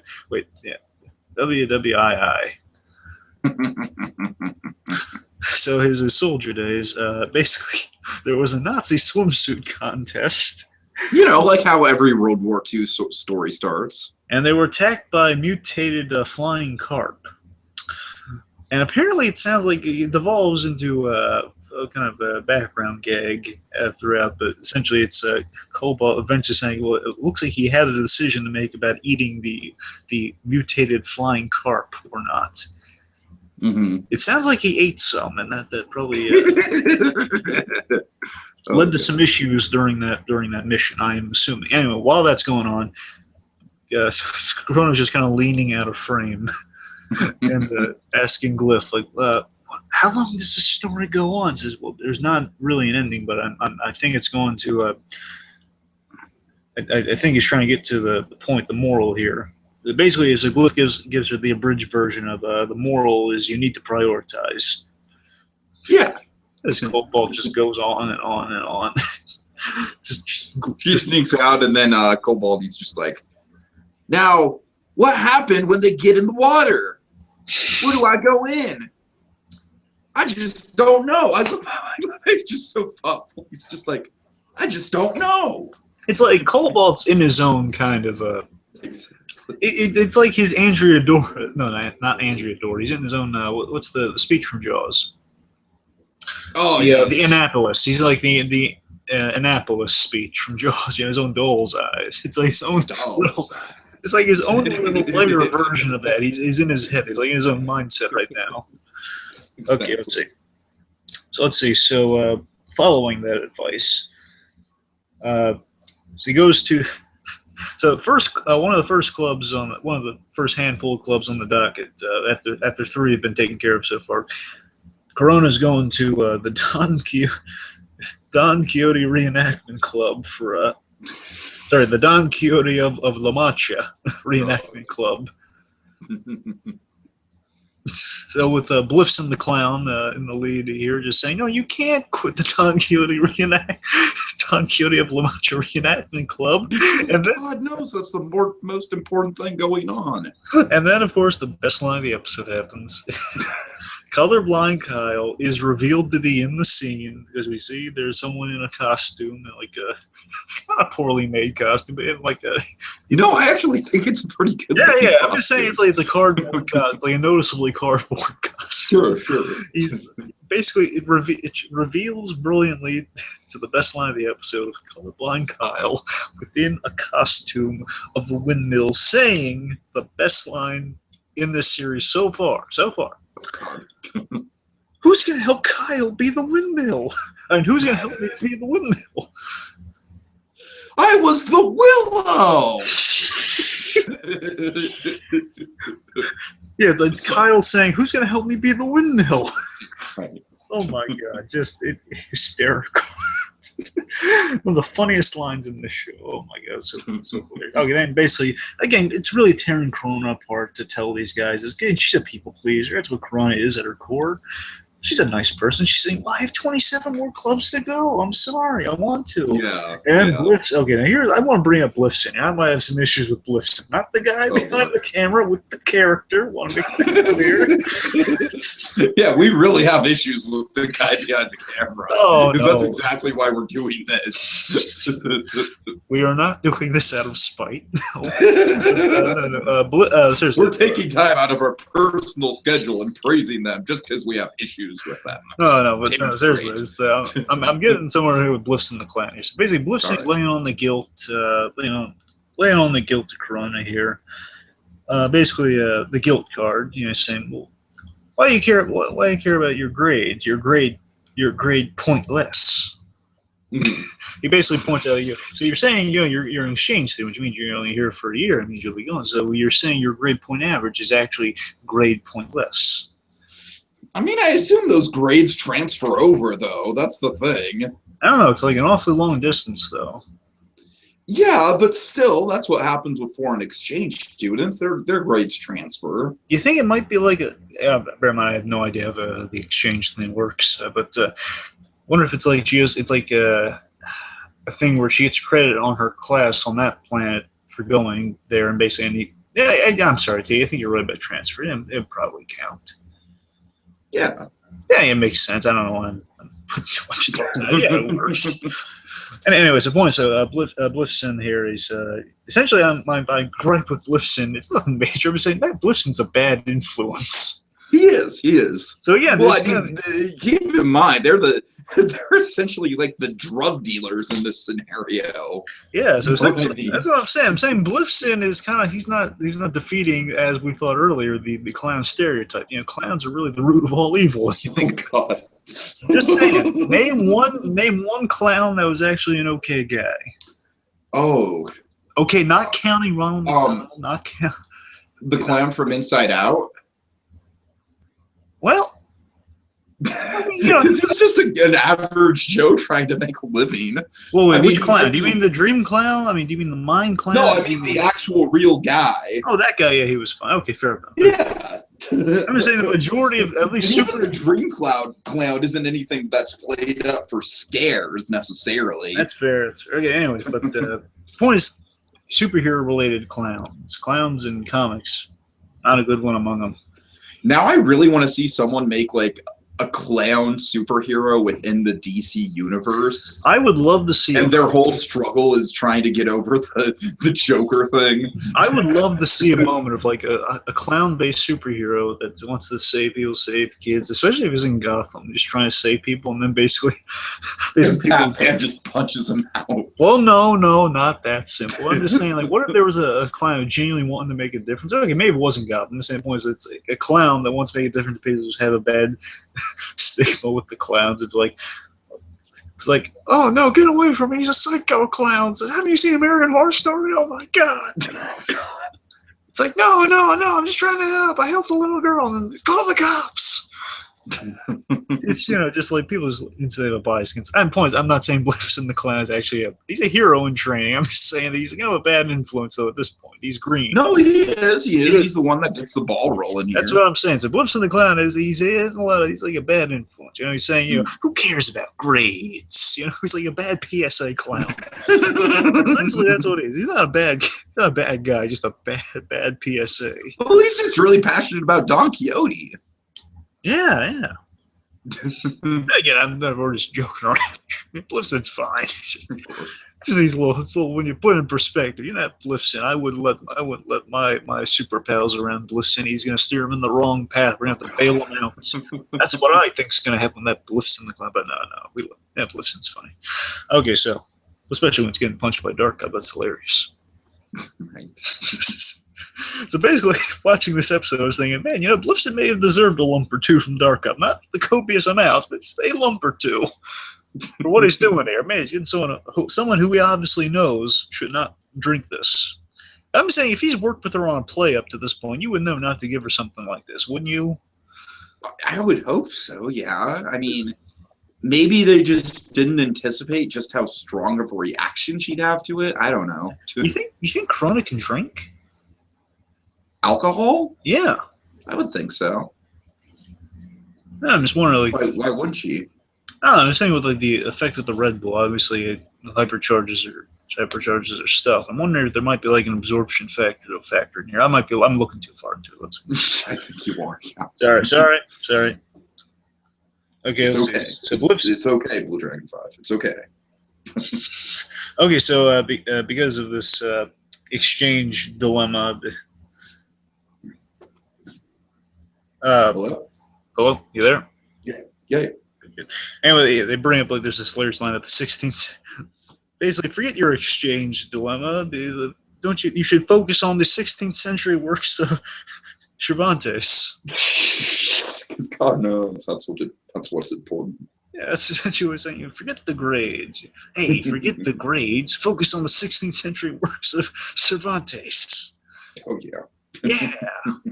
Yeah. Kyle essentially has like some line that's essentially equates to yeah. Kyle, you're not helping either. We love you, so we're gonna forgive you on that one. We love you, Kyle. Anyway. So then we have, so basically they were presented with the Red Bull equivalent for this universe, which is a superhero themed beverage. So I love it, like the beverages are superhero themed in this universe. So there's the Crimson Toro. Crimson Toro. Then he mentions, well, he gave us the Sloth Master last week, and we see. I love this. Take us through it. Take us through it. Go on. Okay, so they're just like, watch out, here comes Sloth Master. And then Sloth Master is just walking at a very casual pace, doing like almost kind of like a slow motion run. And then I love how it's like the camera just gives a close up. For some reason, that close up just kills me. What cracks me up, again, I think you mentioned it, what cracks me up is just slow. It's just, well, Sifrona is going around saying super sloth. Right. I love Bliss and the Clown just saying, "Hey, slow down." that cracks me. Again, lines like that make you forgive Bliss a little bit for his getting Corona addicted to Crimson Toro. Crimson Toro. Well, to be fair, she only takes 2 sips, so I guess she's not really addicted. I guess do you think she's addicted after 2 sips? It seems that way. It's kind of funny that she. I'm saying she only has literally 2 sips. I mean, she has her whole arc within 2 sips. So I'm thinking, not continued history. I'm not saying just any like 1 or 2 uses for any drug legitimately. I'm just saying for her 2 energy spikes, there's like 2 individual drinks, and that has like the impact of a whole drug-filled week. So I mean, she stores this energy somehow with like 1 sip equates to like days of energy. It could just be that we're not seeing her actually drink it. We're just, you know what I mean? It's like she could be drinking multiple beverages, but just off camera. I think it's funnier if it's just 2. I think that's hilarious. Oh, it is funnier, yeah. But I'm just saying. I'm just saying. Yeah. Yeah, I'm just saying. Like she's so hypercharged normally with that. It's like a jolt to the systems, you know. Okay, so after the Crimson Toro, she drinks it again. So that Blifson bad influence. 1 sip, and oh boy, again, Blifson really should have some better judgment. That's what I'm getting at here. Seriously, you couldn't have figured this would have been a bad idea. Exactly. Okay, so he drinks it, takes 1 sip, and we see Alex Jeffrey. So Alex Jeffrey is the actor, sound designer, you know, man of many hats. There are many people involved in this production. You know, he is the voice of Deathside. Remember, I praised him on our first episode. Mm-hmm. Seriously, I love the hell of this guy voicing Deathside. Really great guy. Also a good writer, and he appears in this episode. He is Tiredness. Remember Tiredness? Yes, I do. So that's the remember, whenever you hear Deathside, that's the guy. All right. So okay, so Tiredness has a little battle with Toro. Basically, she drinks and she says hallucinates a commercial. It looks like. Pretty much. So basically, Crimson Toro versus Tiredness, which I think is a hilarious commercial idea, by the way. Just like fighting Tiredness. It really does seem like something that would be a commercial. And it seems like such a one-sided fight too. Right. Okay. Anyway, so basically, so Corona has an energy spike. Now, importantly, you know, she's hypercharged with this, and that she literally has an energy spike for a moment here. It's going to come to play big time later on. So she has 1 sip, and basically because she's not used to this, like her power is going to spike off the chain for a second. So pure energy is ready. So it's a double meaning title. So it's energy in terms of, you know, she's really energetic, but also energy that her mind potentially is putting out more energy than it should safely do. Exactly. Yeah, more I think about this kind of come into fruition at the end of the episode. Yeah, more I kind of think about this is kind of a drug PSA episode. I think about it. No, it is. It absolutely is. That's a brilliant level. The cartoon all starts to the rescue with Super Academy. Well, no, come on, it's much better than that. No, I know. But seriously, a joint. but seriously, this is actually a good PSA episode when you think about it. And it kind of reminds me of literally there's this Buzz Lightyear Star Command episode where they have a drug PSA about energy. It's a character absorbs, walks into a reactor, and they come out and they're hypercharged and they're all energetic. They're compulsively cleaning. Mira Nova from Buzz Lightyear Star Command, she's just cleaning compulsively, and she learns that she can't overcharge her energy like that. It's not healthy. So again, that's a good PSA too. It's a bit of similarity. Awesome. So okay, she has an energy spike. She's a super energized. Montage occurs. She's throwing the arrows now. She's doing cartwheels. She again. So again, Blifson ultimately did get his comeuppance. So he gets knocked out in that boxing fight, and she's knocking over the table. She's hypercharged. And one of the funniest images of the episode. Oh my God, I love it so much. You know how much I love my mundanity, and this was this was gravy. This is icing on the cake. This was so awesome and mundane. Just Dark Cop in his casual clothes. Just in his casual. It took me by surprise when I saw it. Just seeing Dark Cop in casual attire. First of all, there are many levels to this scene. One, there's an emotional level to it. That Dark Cop following that awesome scene we had earlier. It's like showing that this is Dark Cop during his recreation time. He's having he's reaching out a little bit with Power Kid. You can assume that Dark Cop's probably thinking to himself like, well, I need some exercise, and he's an opponent. He's the only one I had around. But no, he's thinking, I want to play basketball with my friend here, and that's what he's thinking. Sure. And he's playing, and whether he admits it or not, that's what he's doing there. So he's playing basketball. And take us to the trash talk. Well, I don't know exactly what he said because I don't have it in my notes, but I just love the mundanity of Power Kid trying to teach Dark Cop how to trash talk. Yeah. Are you drunk, Tiki? Maybe. Do you have an oversized flask and a pinata? No, but I do have an oversized bottle of sweet tea, so wow. I don't know. That is large. Wow. It's basically the sweet tea that I drink every episode. I drink bottles of this on many podcasts. Okay. So let's see. So he says specifically, Dark Cop's trash talk is your vertical apex is below average of someone of your height and weight. Basically, how's that for trash talk? Says it's okay. It's coming along.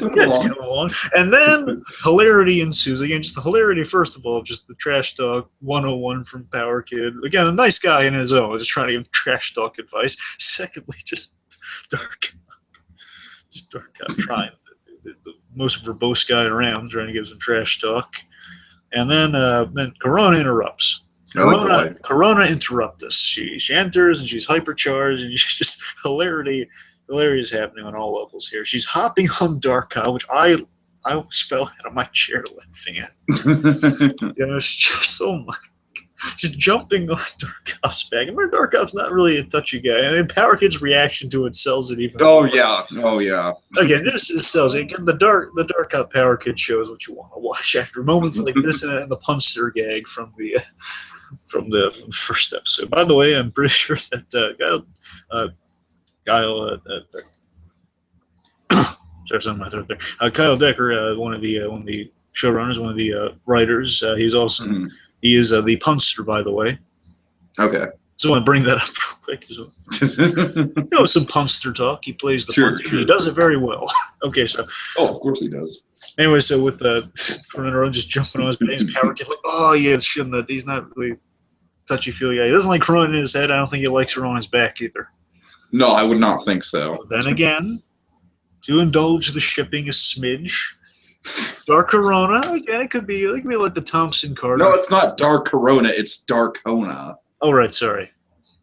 Keep the syllable short. It's saying it could be. I can see them. They're similar. They're similar, but they're in different attitudes. Yeah, yeah. Never mind. They're both very genuine, very honest. I mean, they have a lot going for them in terms of what they, what they're similar. That's true. That's true. And they both do complement each other very well when they do get on the same page eventually. Okay, anyway, so it could be like a, almost like a reverse Helga Pataki situation in terms of like, well, I'm not going to say Dark Cop has a shrine to Corona or anything like that. I'm just saying like technically has a shrine to Chaotrix though. Technically, I'm just saying. I think Darkotrix. I'm not going to get into it. Team Darkona will crush you. Okay, anyway. Okay, well, enough of the shipping. We're talking too much about the most epic battle since Team Edward and Team Jacob. Don't utter that phrase. Let's focus on Nema and Dilemma. Okay. Anyway. Okay. The point is, so Chrono's jumping on Darkut's back. He doesn't like it. Power gets a reaction. Then the best part happens here. Just the. As Corona's like just firing off a mile a minute with all the stuff she's learned and kind of figuring on in the moment, saying, importantly, she says, well, I can't sense Dark Cop for some weird reason. Ha ha ha. She has a lot of suffering about it. But she says you can't sense Dark Cop, and that's weird. And we're going to find out why in just a moment. Then hilarity ensues. It basically says, oh, I'm sorry about the ball, and she uses her powers to get it back. But she's hypercharged, not a lot of precision there, and just it's Dark Cop, swear. Oh, that's so funny. It's Dark Cop square in the face, and I love the Power Kid just giving them the best advice again. Get down, just get down. Just like Dark Cop is peeved beyond belief. That's why I'm saying after this, I'm kind of skeptical of my Darkona choice. Oh, Dark Cop, he can get moody at times. He'll be fine. Yeah, I know, but I'm just saying. I think he'll let it go. I mean, he'll never let it go. I mean, he'll get past it. Right. I mean, he'll probably make a note of it. And bear in mind, he does have a contingency plan. We'll get to that in just a little minute. Of course. Anyway, so just get down, and then she leaves and says, "Oh, we're all best friends, so it's fine." And she does the hand thing, which makes me think it might be.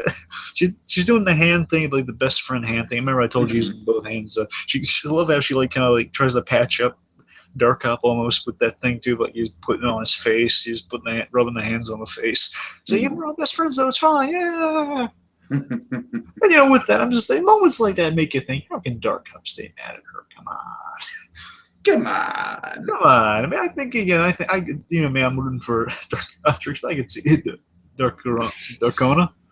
Yeah, Darkona. I can see Darkona regardless. And they're all good pals there. Yeah, it's adorable. Anyway, so let's see. So Power Kid is worried about her. So they're both worried about her. Yep. So then Dark Cop activates Protocol S1E2, which I think is a hilarious inside joke, by the way, of Season 1, Episode 2. Oh, right. I didn't even catch that. Nice. That's clever. That's a clever little reference there. Now, here's a question for you, Dig. Here's a question. So these protocols Dark Cop has, these various protocols, do you think the protocols, because remember what happens here awesomely, a package drops from the ceiling and lands he wishes if they wanted to catch it, but it's a little off. I got to time that better. I got to adjust that. But when that happens, do you think his protocols are? You still there?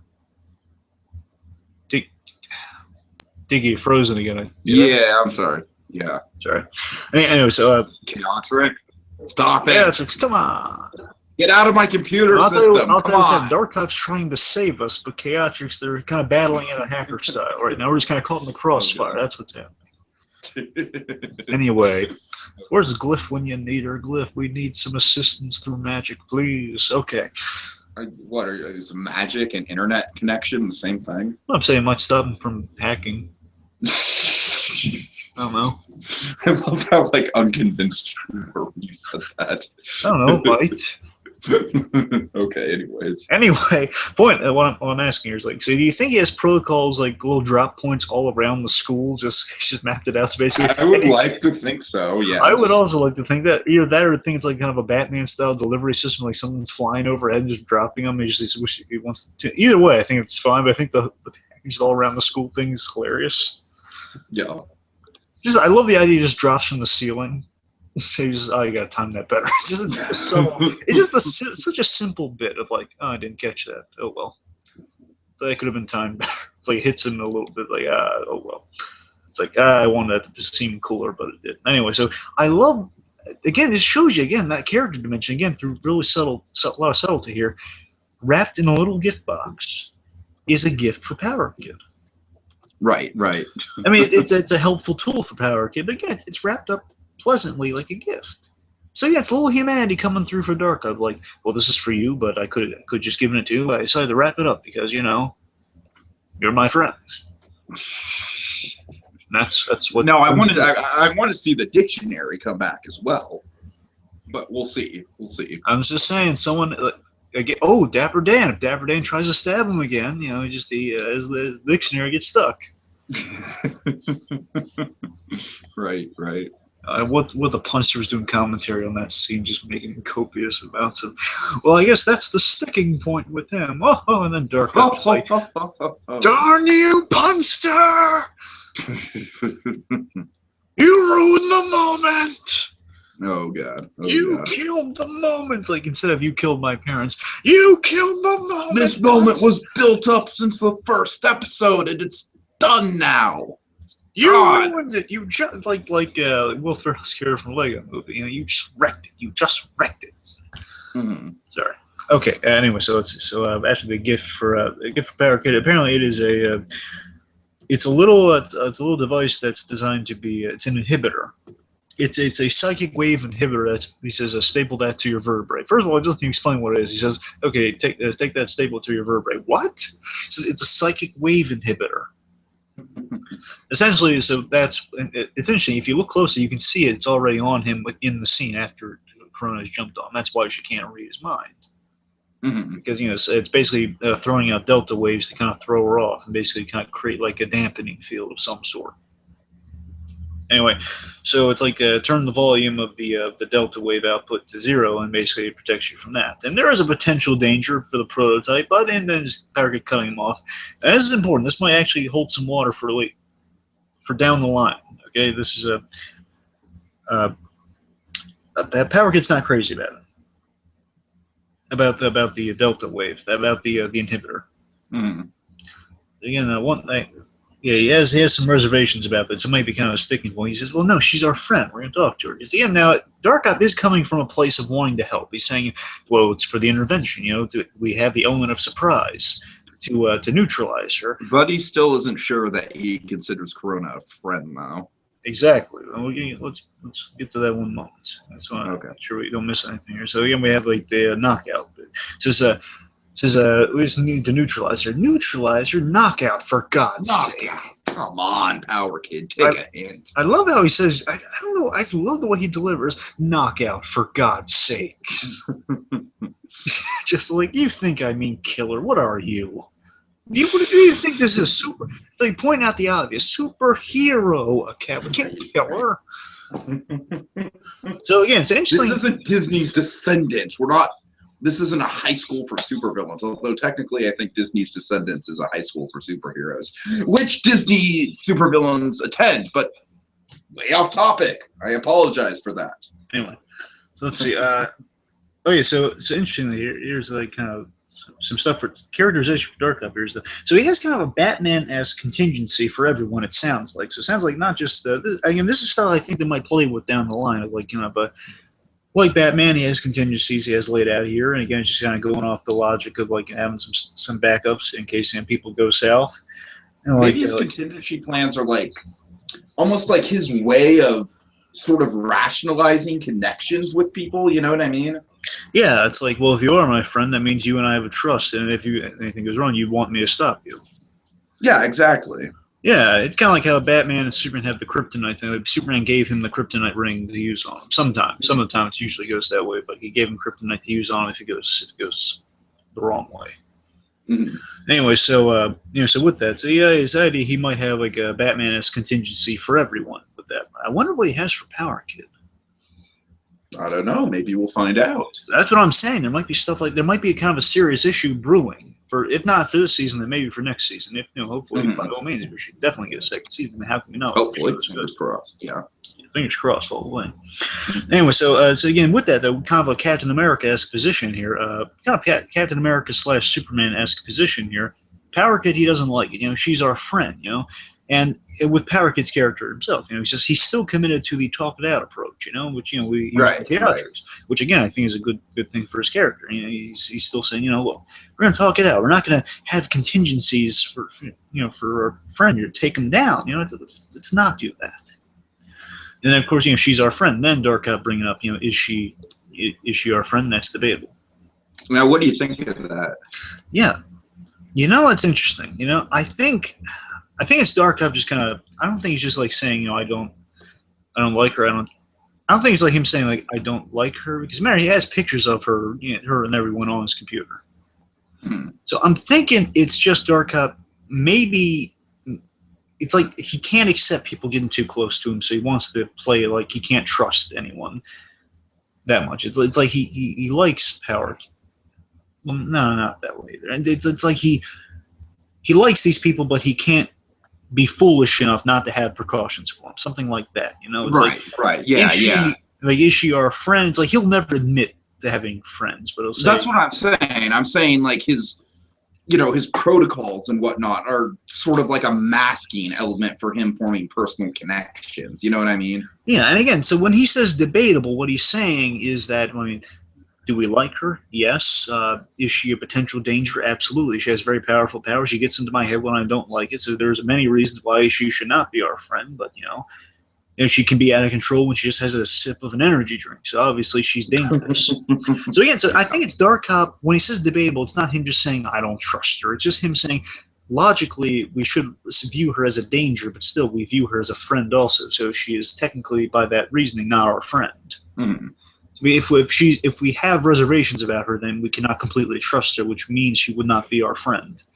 It's like it's a debate he's throwing around and says, that's the way I think it's going with. I don't think he's just like, doesn't like her. I think he's just like, he's not crazy about her power first and foremost. Then it's the logistics of it, like logistics of that sort of argument, I think. Anyway, so following that, he gives, again, this is kind of a Batman moment, just kind of give an order saying, you have 46 minutes. Basically, if you want to do an intervention, just talk to her before I take action to shut her down. You have 46 minutes. Seriously, 46 minutes, 45 minutes, 52 seconds. Oh, Power Kid, always put in a tough spot because of okay. So then we got Corona. Yes. Oh yeah, basically Corona has kind of a Johnny Five input breakdown here in this. Oh God. You know what I'm talking about, don't you? Yeah, I do. Yes. Yeah, short circuit for those who may not be familiar. Johnny Five had an input addiction. He got past it, but he moderates it now. But before, anyways, even he has a C-3PO style plated coating now. But before the first movie, he had a serious input problem. He had an addiction to input. Mm-hmm. So Corona's kind of going through a similar experience. Again, she wants to integrate herself best she can into the into the Earth culture, and doing that. So she reads a lot of books. She's going nuts, reading everything, understanding everything. She's reading between the lines. She's reading between lines, even though my retinas aren't stretchy enough to do that. She also believes that she can actually read the book's minds, I believe, right? Yeah, she thinks she can read. She thinks she can read the book's minds. And my favorite thing, I love that it's delivered. Again, Glyph is great during the scene too. By the way, and Glyph is just giving the reactions of like realizing, yeah, she has. She's gone off the deep end here. Oh yeah. And Power Kid also very worried and concerned in the scene too. Power Kid's great in the scene too. He doesn't do a lot, but he's really great in the scene. It's just basically one of the best lines to end out that bit on is she says, I think I can even see the future. And then just Glyph just kind of, again, Glyph's so pleasant, so nice, so approachable. Glyph is a wonderful friend to have. She really is. Just saying, okay, and just saying, well, I made you some tea. Oh, good. I'll help you stay focused. Again, it's like an intervention, just trying to calm her down. Mm-hmm. Saying, oh yeah, good. If I'm out of focus, I'm gonna lose it. And she's eating page. I love her. She's just randomly tearing pages out of the book and eating it. Eating the pages. It's like the equivalent of Johnny Five, like just absorb, like tearing through the pages, like just like feeding them into them and stuff. It's like literally eating the pages. It's like the quickest way to absorb the knowledge for her is eat the pages. Okay, so basically her, her powers are going out of whack now because now we're seeing like her levitation, kind of telekinesis ability. It's making things raise, like the papers fly, and she's saying, "Oh, I got it in control." Though I'm nervous. Again, a really good practical effect with the papers. Yeah, exactly. The papers, and also like she's like throwing the tea around. I wonder. Let me ask you this: do you think the tea had a sedative in it? I don't know. That's actually a good question. I think it's a little bit ambiguous. Yeah, it's interesting because I think what they're trying to get across here is like they're not taking the dark cop approach. So they're not trying to knock her out, but they're just trying to calm her down. But then again, the smart approach would be put a sedative in there so she just needs the sleep, not even a sedative, just like a sleeping pill or something. Exactly, right. She just needs the crash, and just need to get her to that point. So, I mean, again, tea of all things to offer, and she says she specifically says it's tea to help you concentrate, to help you focus more, which obviously she does not need to do. So it could be a bluff. So it's either a bluff or it's either a bluff or actually a plan. Anyway, so let's see. So as her powers are going now whacking, energy is forming around the world, around the room soon enough. And also, this is interesting. Now, this we might see later on with the character, if not Dark Cop, then perhaps if his hand is forced, fracture, knowing weaknesses and such. I just wanted to say that. She points out that when she gets nervous, she's feeling nervous, and nervousness destabilizes her psychic field. So that's an important right. Okay? So whether Dark Cop or Fracture uses that, something to put down in the books. That's her weakness. When she gets really nervous. So again, this shows you Corona, all her emotions and her own personality. Interesting parallel to Dark Cop. Now that I think about it, because some parallels there. Because she is so in tune with her emotions. That is a weakness for her powers, and kind of similar to Starfire from the Teen Titans. Now, Tiki Starfire, she activates her star bolts in her flight via thought, and via emotion, actually, not via thought. Just like she thinks happy memories, she feels happy, she can fly. If she feels, I actually knew that. Thank you. Oh, you did? Yeah. Oh, cool. I watched Teen Titans. Oh, I didn't know. Yeah. Oh, you saw. So you saw. I mean, I'm not like I don't know every detail, but I know enough about it to know that.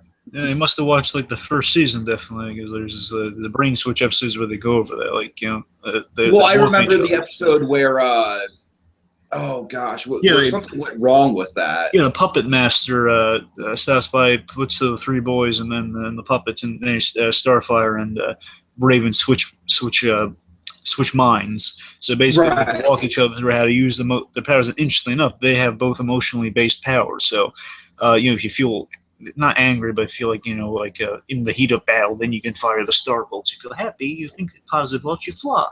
So that's now following that with Starfire, which a lot of that has to be factored into Corona, whether it's intentional or not. It's a lot of similarity there.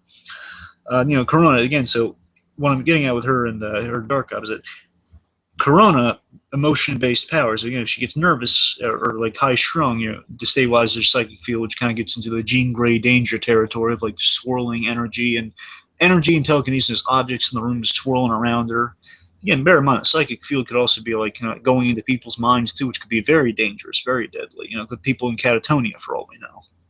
Exactly. And with Dark Cop, it's the complete opposite. He is in check with his emotions. But of course, the fact that he doesn't have any personality, that kind of limits him in being fully effective as he thinks he is. Thinks that's what he's doing to himself, making himself better. So again, really good counter opposites. Again, they could be a good pair. At the very least, they're characters that complement each other very well. So I want to see more scenes between those two because they're great. They're great opposites to each other. It works very well. Anyway, so let's see. So, as her powers are kind of losing it here, we have this hilarious bit where our kid's cowering behind Glyph before they go completely out of whack. This is before the powers are going completely out. Just the papers are flying here and there. Glyph warns her of, you could burn yourself out if you're not careful. So again, there's also, I think, the real message of this episode, aside from the potential drug PSA, is of when you're in college, or you're in a learning environment. If you just outside of this learning environment, if you dedicate yourself to anything, you risk burning yourself out. God knows I know that because I'm trying to take college and do podcasting at the same time, and it's really fun. Exactly. You see what I mean? You risk that burning. You're risking putting yourself involved. I'm trying to do the most unfiddling smile possible right now. I'm just kidding. And also with the burnout thing, it might be kind of a parallel with Dark Cop's story arc too, with what his character needs to do. He's kind of on the route to burn himself out with all the dedication he's taken to things too. You know. See what I mean? Hello. Yeah, Chaotrix. Oh well. Oh yeah. yeah, but. It's interesting, Dark Cup kind of like right now he's bouncing out. You know really, what's ironic really is I literally like just got a new internet router today, and for some reason it's working worse than my old one. So yeah, that's great. That's fucking great. Anyways. Yeah, but I was saying that Dark Cup and the burnout thing. It's like right now he has it balanced real well, but again, even with as well balanced as he is right now, it's still cutting out the kind of that personal social time he wants for himself. But again, he's like on the route that if he fully dedicates, so I'm assuming, Dark, if something bad really happens and basically he feels that he's failed in some way, he's going to fully dedicate himself, and that's going to burn him out. That's going to be very dangerous for him. Yeah, that could happen. I'm saying Dark Cup's kind of walking that precipice, walking that line. If he takes a step overboard, he's going to be completely down a rabbit hole that only his friends can bail him out of. Mm-hmm. That's what I think might happen. Anyway, so with the burnout warning, they need Corona's saying she needs to keep up the pace and saying, I'm starting to run down, I'm starting to feel really tired. Says, well, yeah, just take a moment there. Says, no, I got to keep up the pace so I can learn everything. He says, I get one sip, and basically one sip wasn't enough. So again, she says one sip wasn't enough, and she only takes another sip, which makes me think. Oh yeah, okay, you're right. Huh. That's the thing. I think the hilarity of this gag, Teague, is that she says one sip wasn't enough, and then the two of them are hearing one sip, all of that energy from one sip, and then they both scream in slow motion. No. And I love a well placed slow mo gag. Yeah, and she drinks another sip, and I think it's even funnier if it's only two sips, and then she energized. Then we see Toro versus Crimson Toro versus Tiredness. Once again, you drank too much, chica. The product placement is turning on her. And it has an adverse reaction because then her powers are completely out of whack with just being re-energized while they're on kind of the precipice. She basically goes all Dark Phoenix on them for a bit. Exactly, and then thankfully there's a much happier ending than Dark. Oh God, yes. There was a far happier ending. Oh man, there's no stabbing at all. So thank God. So basically, Power Kid and Glyph are battling the psychic storm. They're kind of edging their way closer to her to kind of talk her down. Smart route to take. And again, so we get to see the serious side of Corona here, the serious, like that wounded child almost. Just like her, exactly what she's really upset with. Like it's basically what she's masking with all the deep down with all that. The happiness, the go-luckiness, the wanting to embrace everything. What the root of that is, what is inspiring her to want to do that. Like it's coming from a place of frustration, which we see here with this whole thing, this revelation of 7 months. I'm going to be gone in 7 months, and she's angry at a decade of waiting. I've been waiting to come here for a decade, and they're going to give me 1 year, which means I only got 7 months. She's really upset. She's angry at them, but not at Glyph or Power. She's angry at what's happening, and she's expressing that. That's why I need to do this. And, right. And then Glyph. Oh, man, seriously, Glyph. Fantastic here. I like her exceedingly a lot more than I ever thought I would. I mean, she's just winning me over every episode. She just points out, isn't the point of having experience? What's the point of having experiences if you can't enjoy them? Very sound logic. Extremely sound logic. If you can't enjoy them, which obviously at this hyperactive rate, she can't really enjoy them. It's just about getting things done, cramming them, and getting as much done before she has to leave. And that kind of calms her down. And then she says, well, I'm sorry. It's the most fun I have is with you guys. Before Power Kid about, she says, oh, you don't need to apologize. Power Kid's about to say something profound, and then, I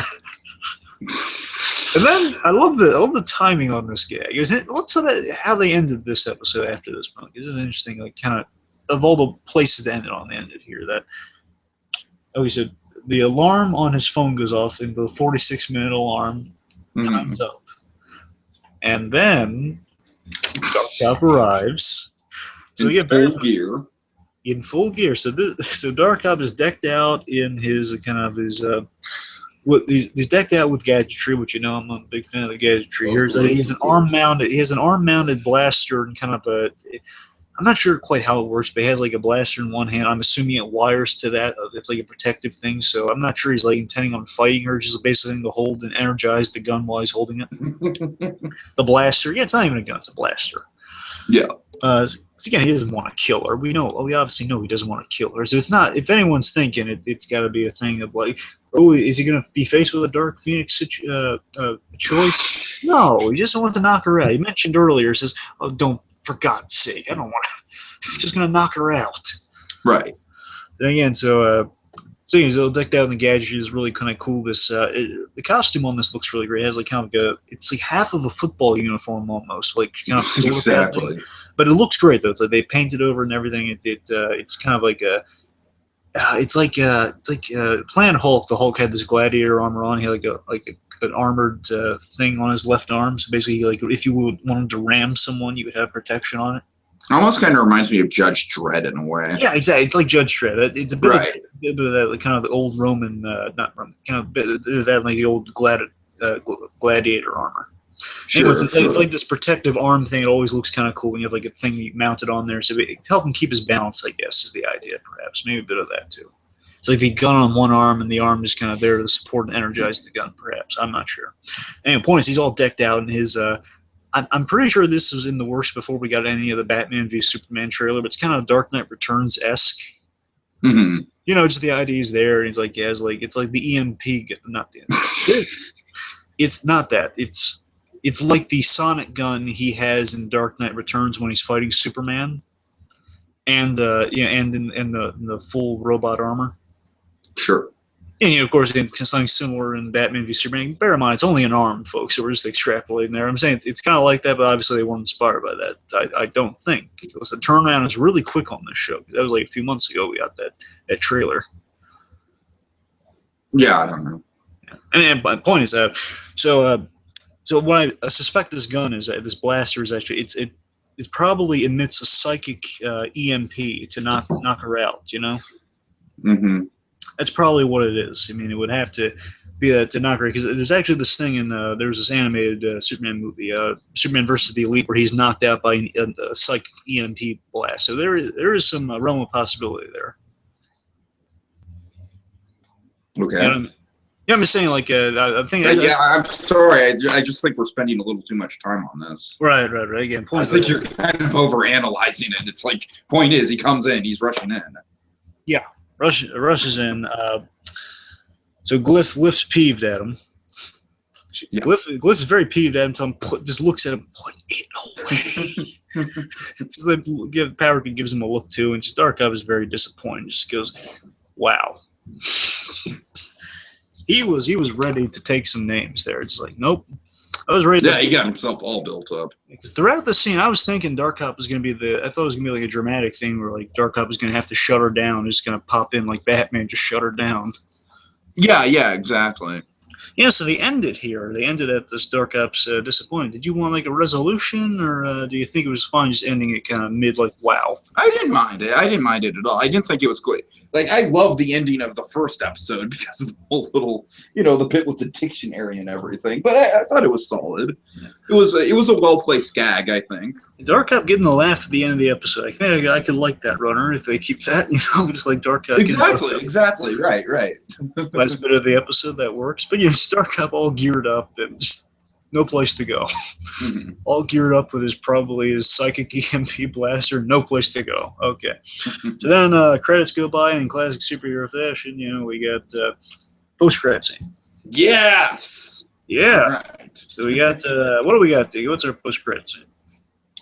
Oh, God, what's this girl's name again? I can't keep track. Moonbeam, okay. So she's talking with, I'm sorry, it's not implied that this is supposed to be Teddy Roosevelt. It is very implied. Is it? Teddy Roosevelt. Oh, okay, I missed that, because I know she calls him Teddy. But and then, in the credits, he's President Roosevelt.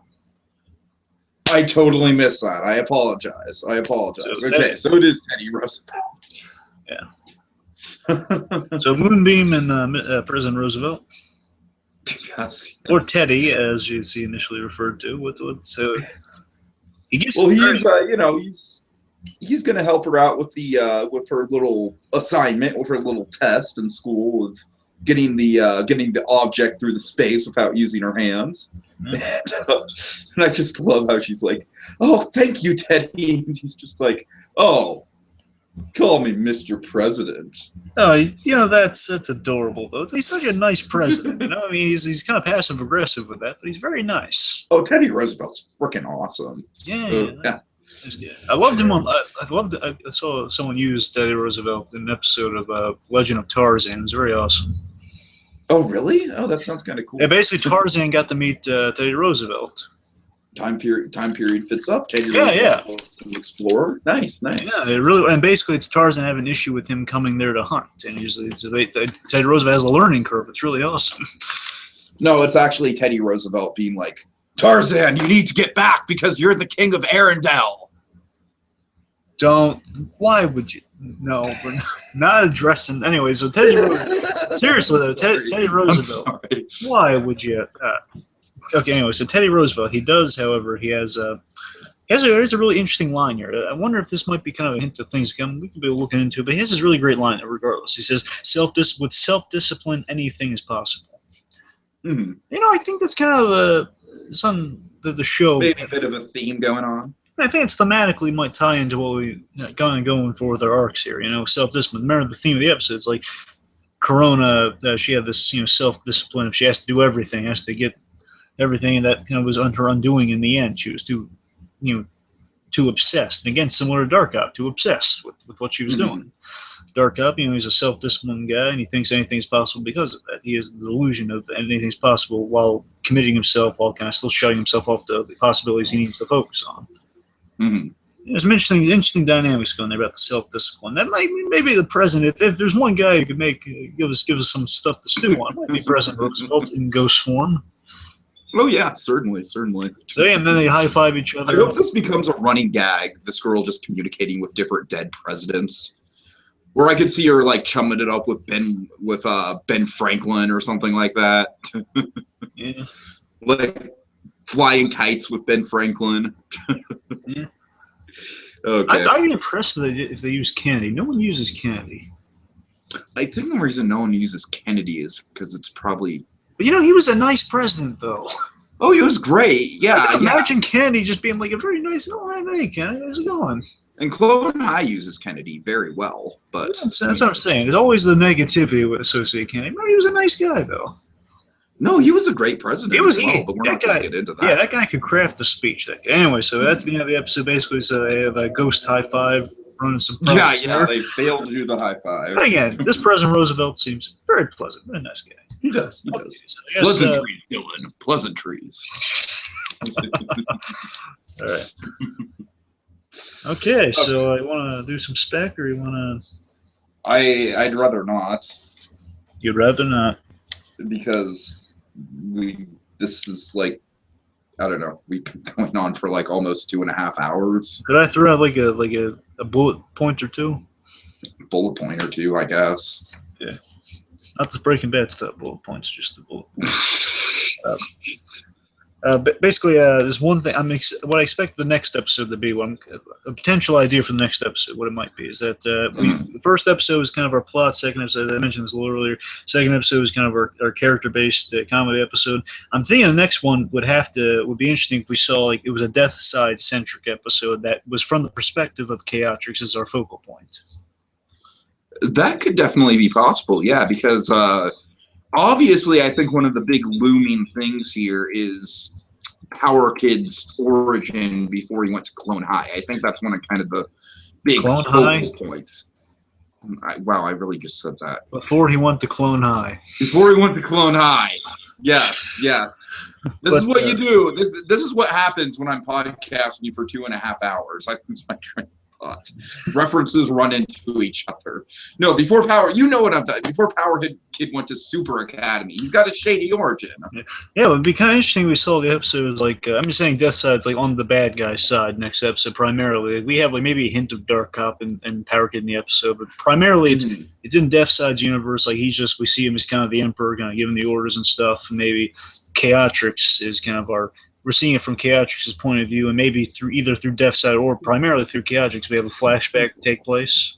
You know, technically, yeah, perhaps, or we could just learn about that whole dynamic through dialogue. True. Too. I'm just saying that we got our first flashback this episode. Last week. Remember? Yeah. That's I'm just saying it's not out of the realm of possibility to get a flashback. But again, description could be powerful too. We could get a good description. Okay, let's see if there's anything very pertinent. Or even just like subtle, even just like subtle lines that you can kind of pick up on. That's what I'm thinking, maybe. Let me see. I'm rapid fire through a few real quick. Just real simple. Just like I like to see Slothmaster in the position to save the day by pushing a button, but really slowly. Because the way I think it might go is like, again, episode 3 would be kind of building up to the climax of seeing it from the villain's side and kind of getting the plot from the villain. Remember, we don't know what the villain's plot is quite yet. Exactly, yeah. And episode 4 could be like the big culmination, that's the big action-heavy one. Sure. So basically, everything's going to the big climax, and that's your episode 4. Like, anyway, so let's see. Also, it'd be nice to see Starburst kind of save the day, and awesomely, he's kind of earning this stuff. Like just basically, just kind of bursting through the door with his powers, seeing his powers in effect, just having a light show, and just Starburst. All right, that kind of lives up to your attitude a little bit. Yeah. And last thing here, it'd be nice to see down the line the Power Kid butting heads with Dark Cop seriously down the line. No, maybe not even this season. I'm talking about like if they get to the next. Yeah, I do think that's more kind of. That's what I'm saying. Not this season. I'm just saying that down the line, perhaps like the season. Because I really do think this season we're building towards Power Kid and fucking Power Kid, man. You got me doing it.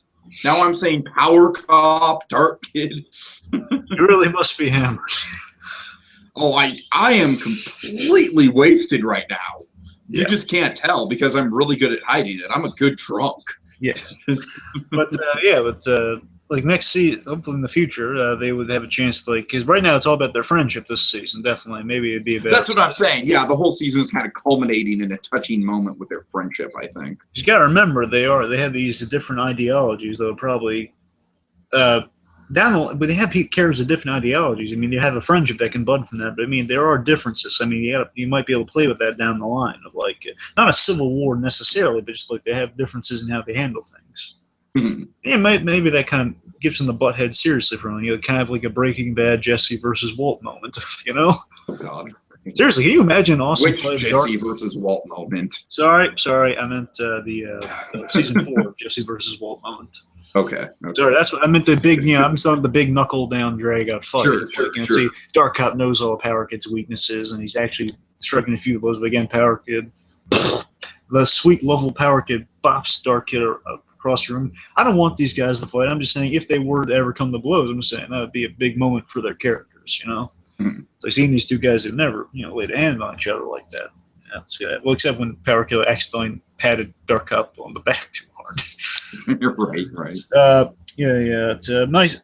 I think if not this season, definitely season 2, there might be a moment of Corona having a big either having a sacrificial moment, going for the sacrificial play, or season 2, at the very least in season 2, there'd be like a goodbye moment because her visa has to run out at some point. Yeah, exactly. So there might be either like a touching goodbye, or they could subvert that entirely by Corona sacrificing herself. Again, I don't want anything bad to happen to Corona. I'm just saying this would be a way to go about it. Just if you're going to say goodbye to her, that'd be a ballsy move to kill off any of these. That's what I wouldn't put it past these guys to take the unconventional route and kind of go with. It would because think about it, they built her up so far to be. What if they killed off colorblind Kyle, but you have like the most awesome heroic death?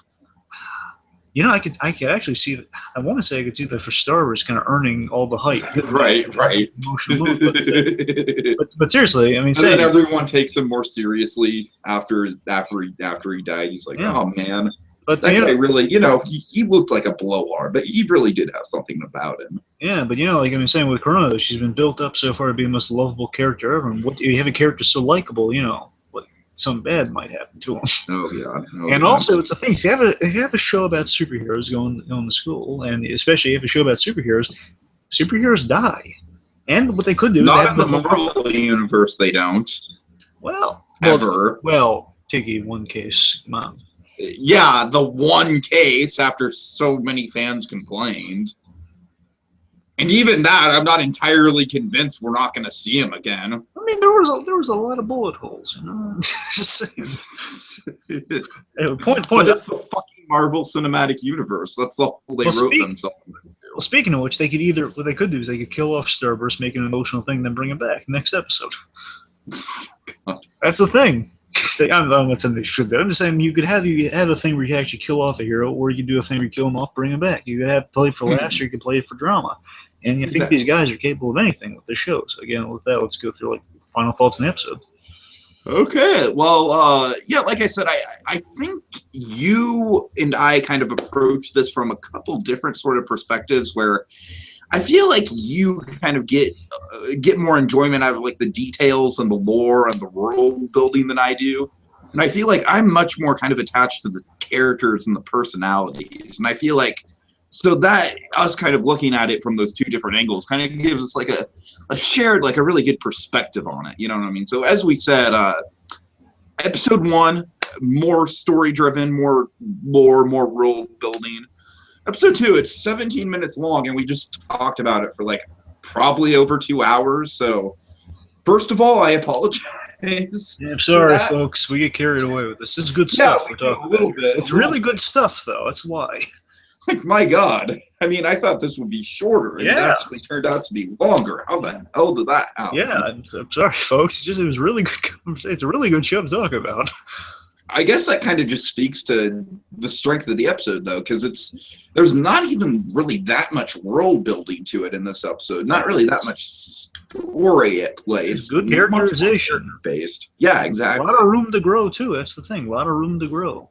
Right. And so, of course, and keep in mind, BlueDragonFive and I, we're just kind of professional. Well, I don't want to say professional, but, we do this a lot where we watch the shows and speculate on the characters and everything. So it's just, and, they're giving us a lot to work with here. There's a lot of possible angles for the characters to go in. So yeah, because it's such a good idea for a show. Mm-hmm. And, so we have the key characters, the supporting characters, but they all have a role to play. But yeah, this episode, it's very solid. I mean, I don't really have much more to say about it besides the fact that I felt it was a really good kind of a shift in tone from the first episode, where the first episode, like I said, was much more kind of focused on story. So, I enjoyed it. I thoroughly, I thought it was a really good step up for sure. Very, pretty much same thing, just very character based. We got a bit of arcing plot with Dark Cup. I'm surprised by how great the subtle development with Dark Cup was, and that was kind of the through line we have going on underneath the episode, and just good characterization around, a lot of laughs, a lot of some emotion in there. And again, the Dark Cup stuff, I thought was Dark Cup character dynamic really good. Even again, hilarity with the basketball scene. So again, looking very forward to what we have to talk about next. With the Super Academy. I'm sure it's going to be. So far they've got 2 out of 4 successes so far. We're going to see the next 2 are. Oh, I'm sure they'll absolutely. I'm sure the next 2, right? I don't think there's going to be a stumbling block in this block of episodes at all. Exactly. I mean, it's unprecedented how great these episodes have been so far. I mean, it's the brilliant idea presented in the pilot, and it's the really solid delivery of that plot in the first episode. Now, just kind of it's fun. Just we're stretching our legs in this universe in this one. It's really fun. Exactly. I They only have 4 episodes, and they're absolutely making the best out of it.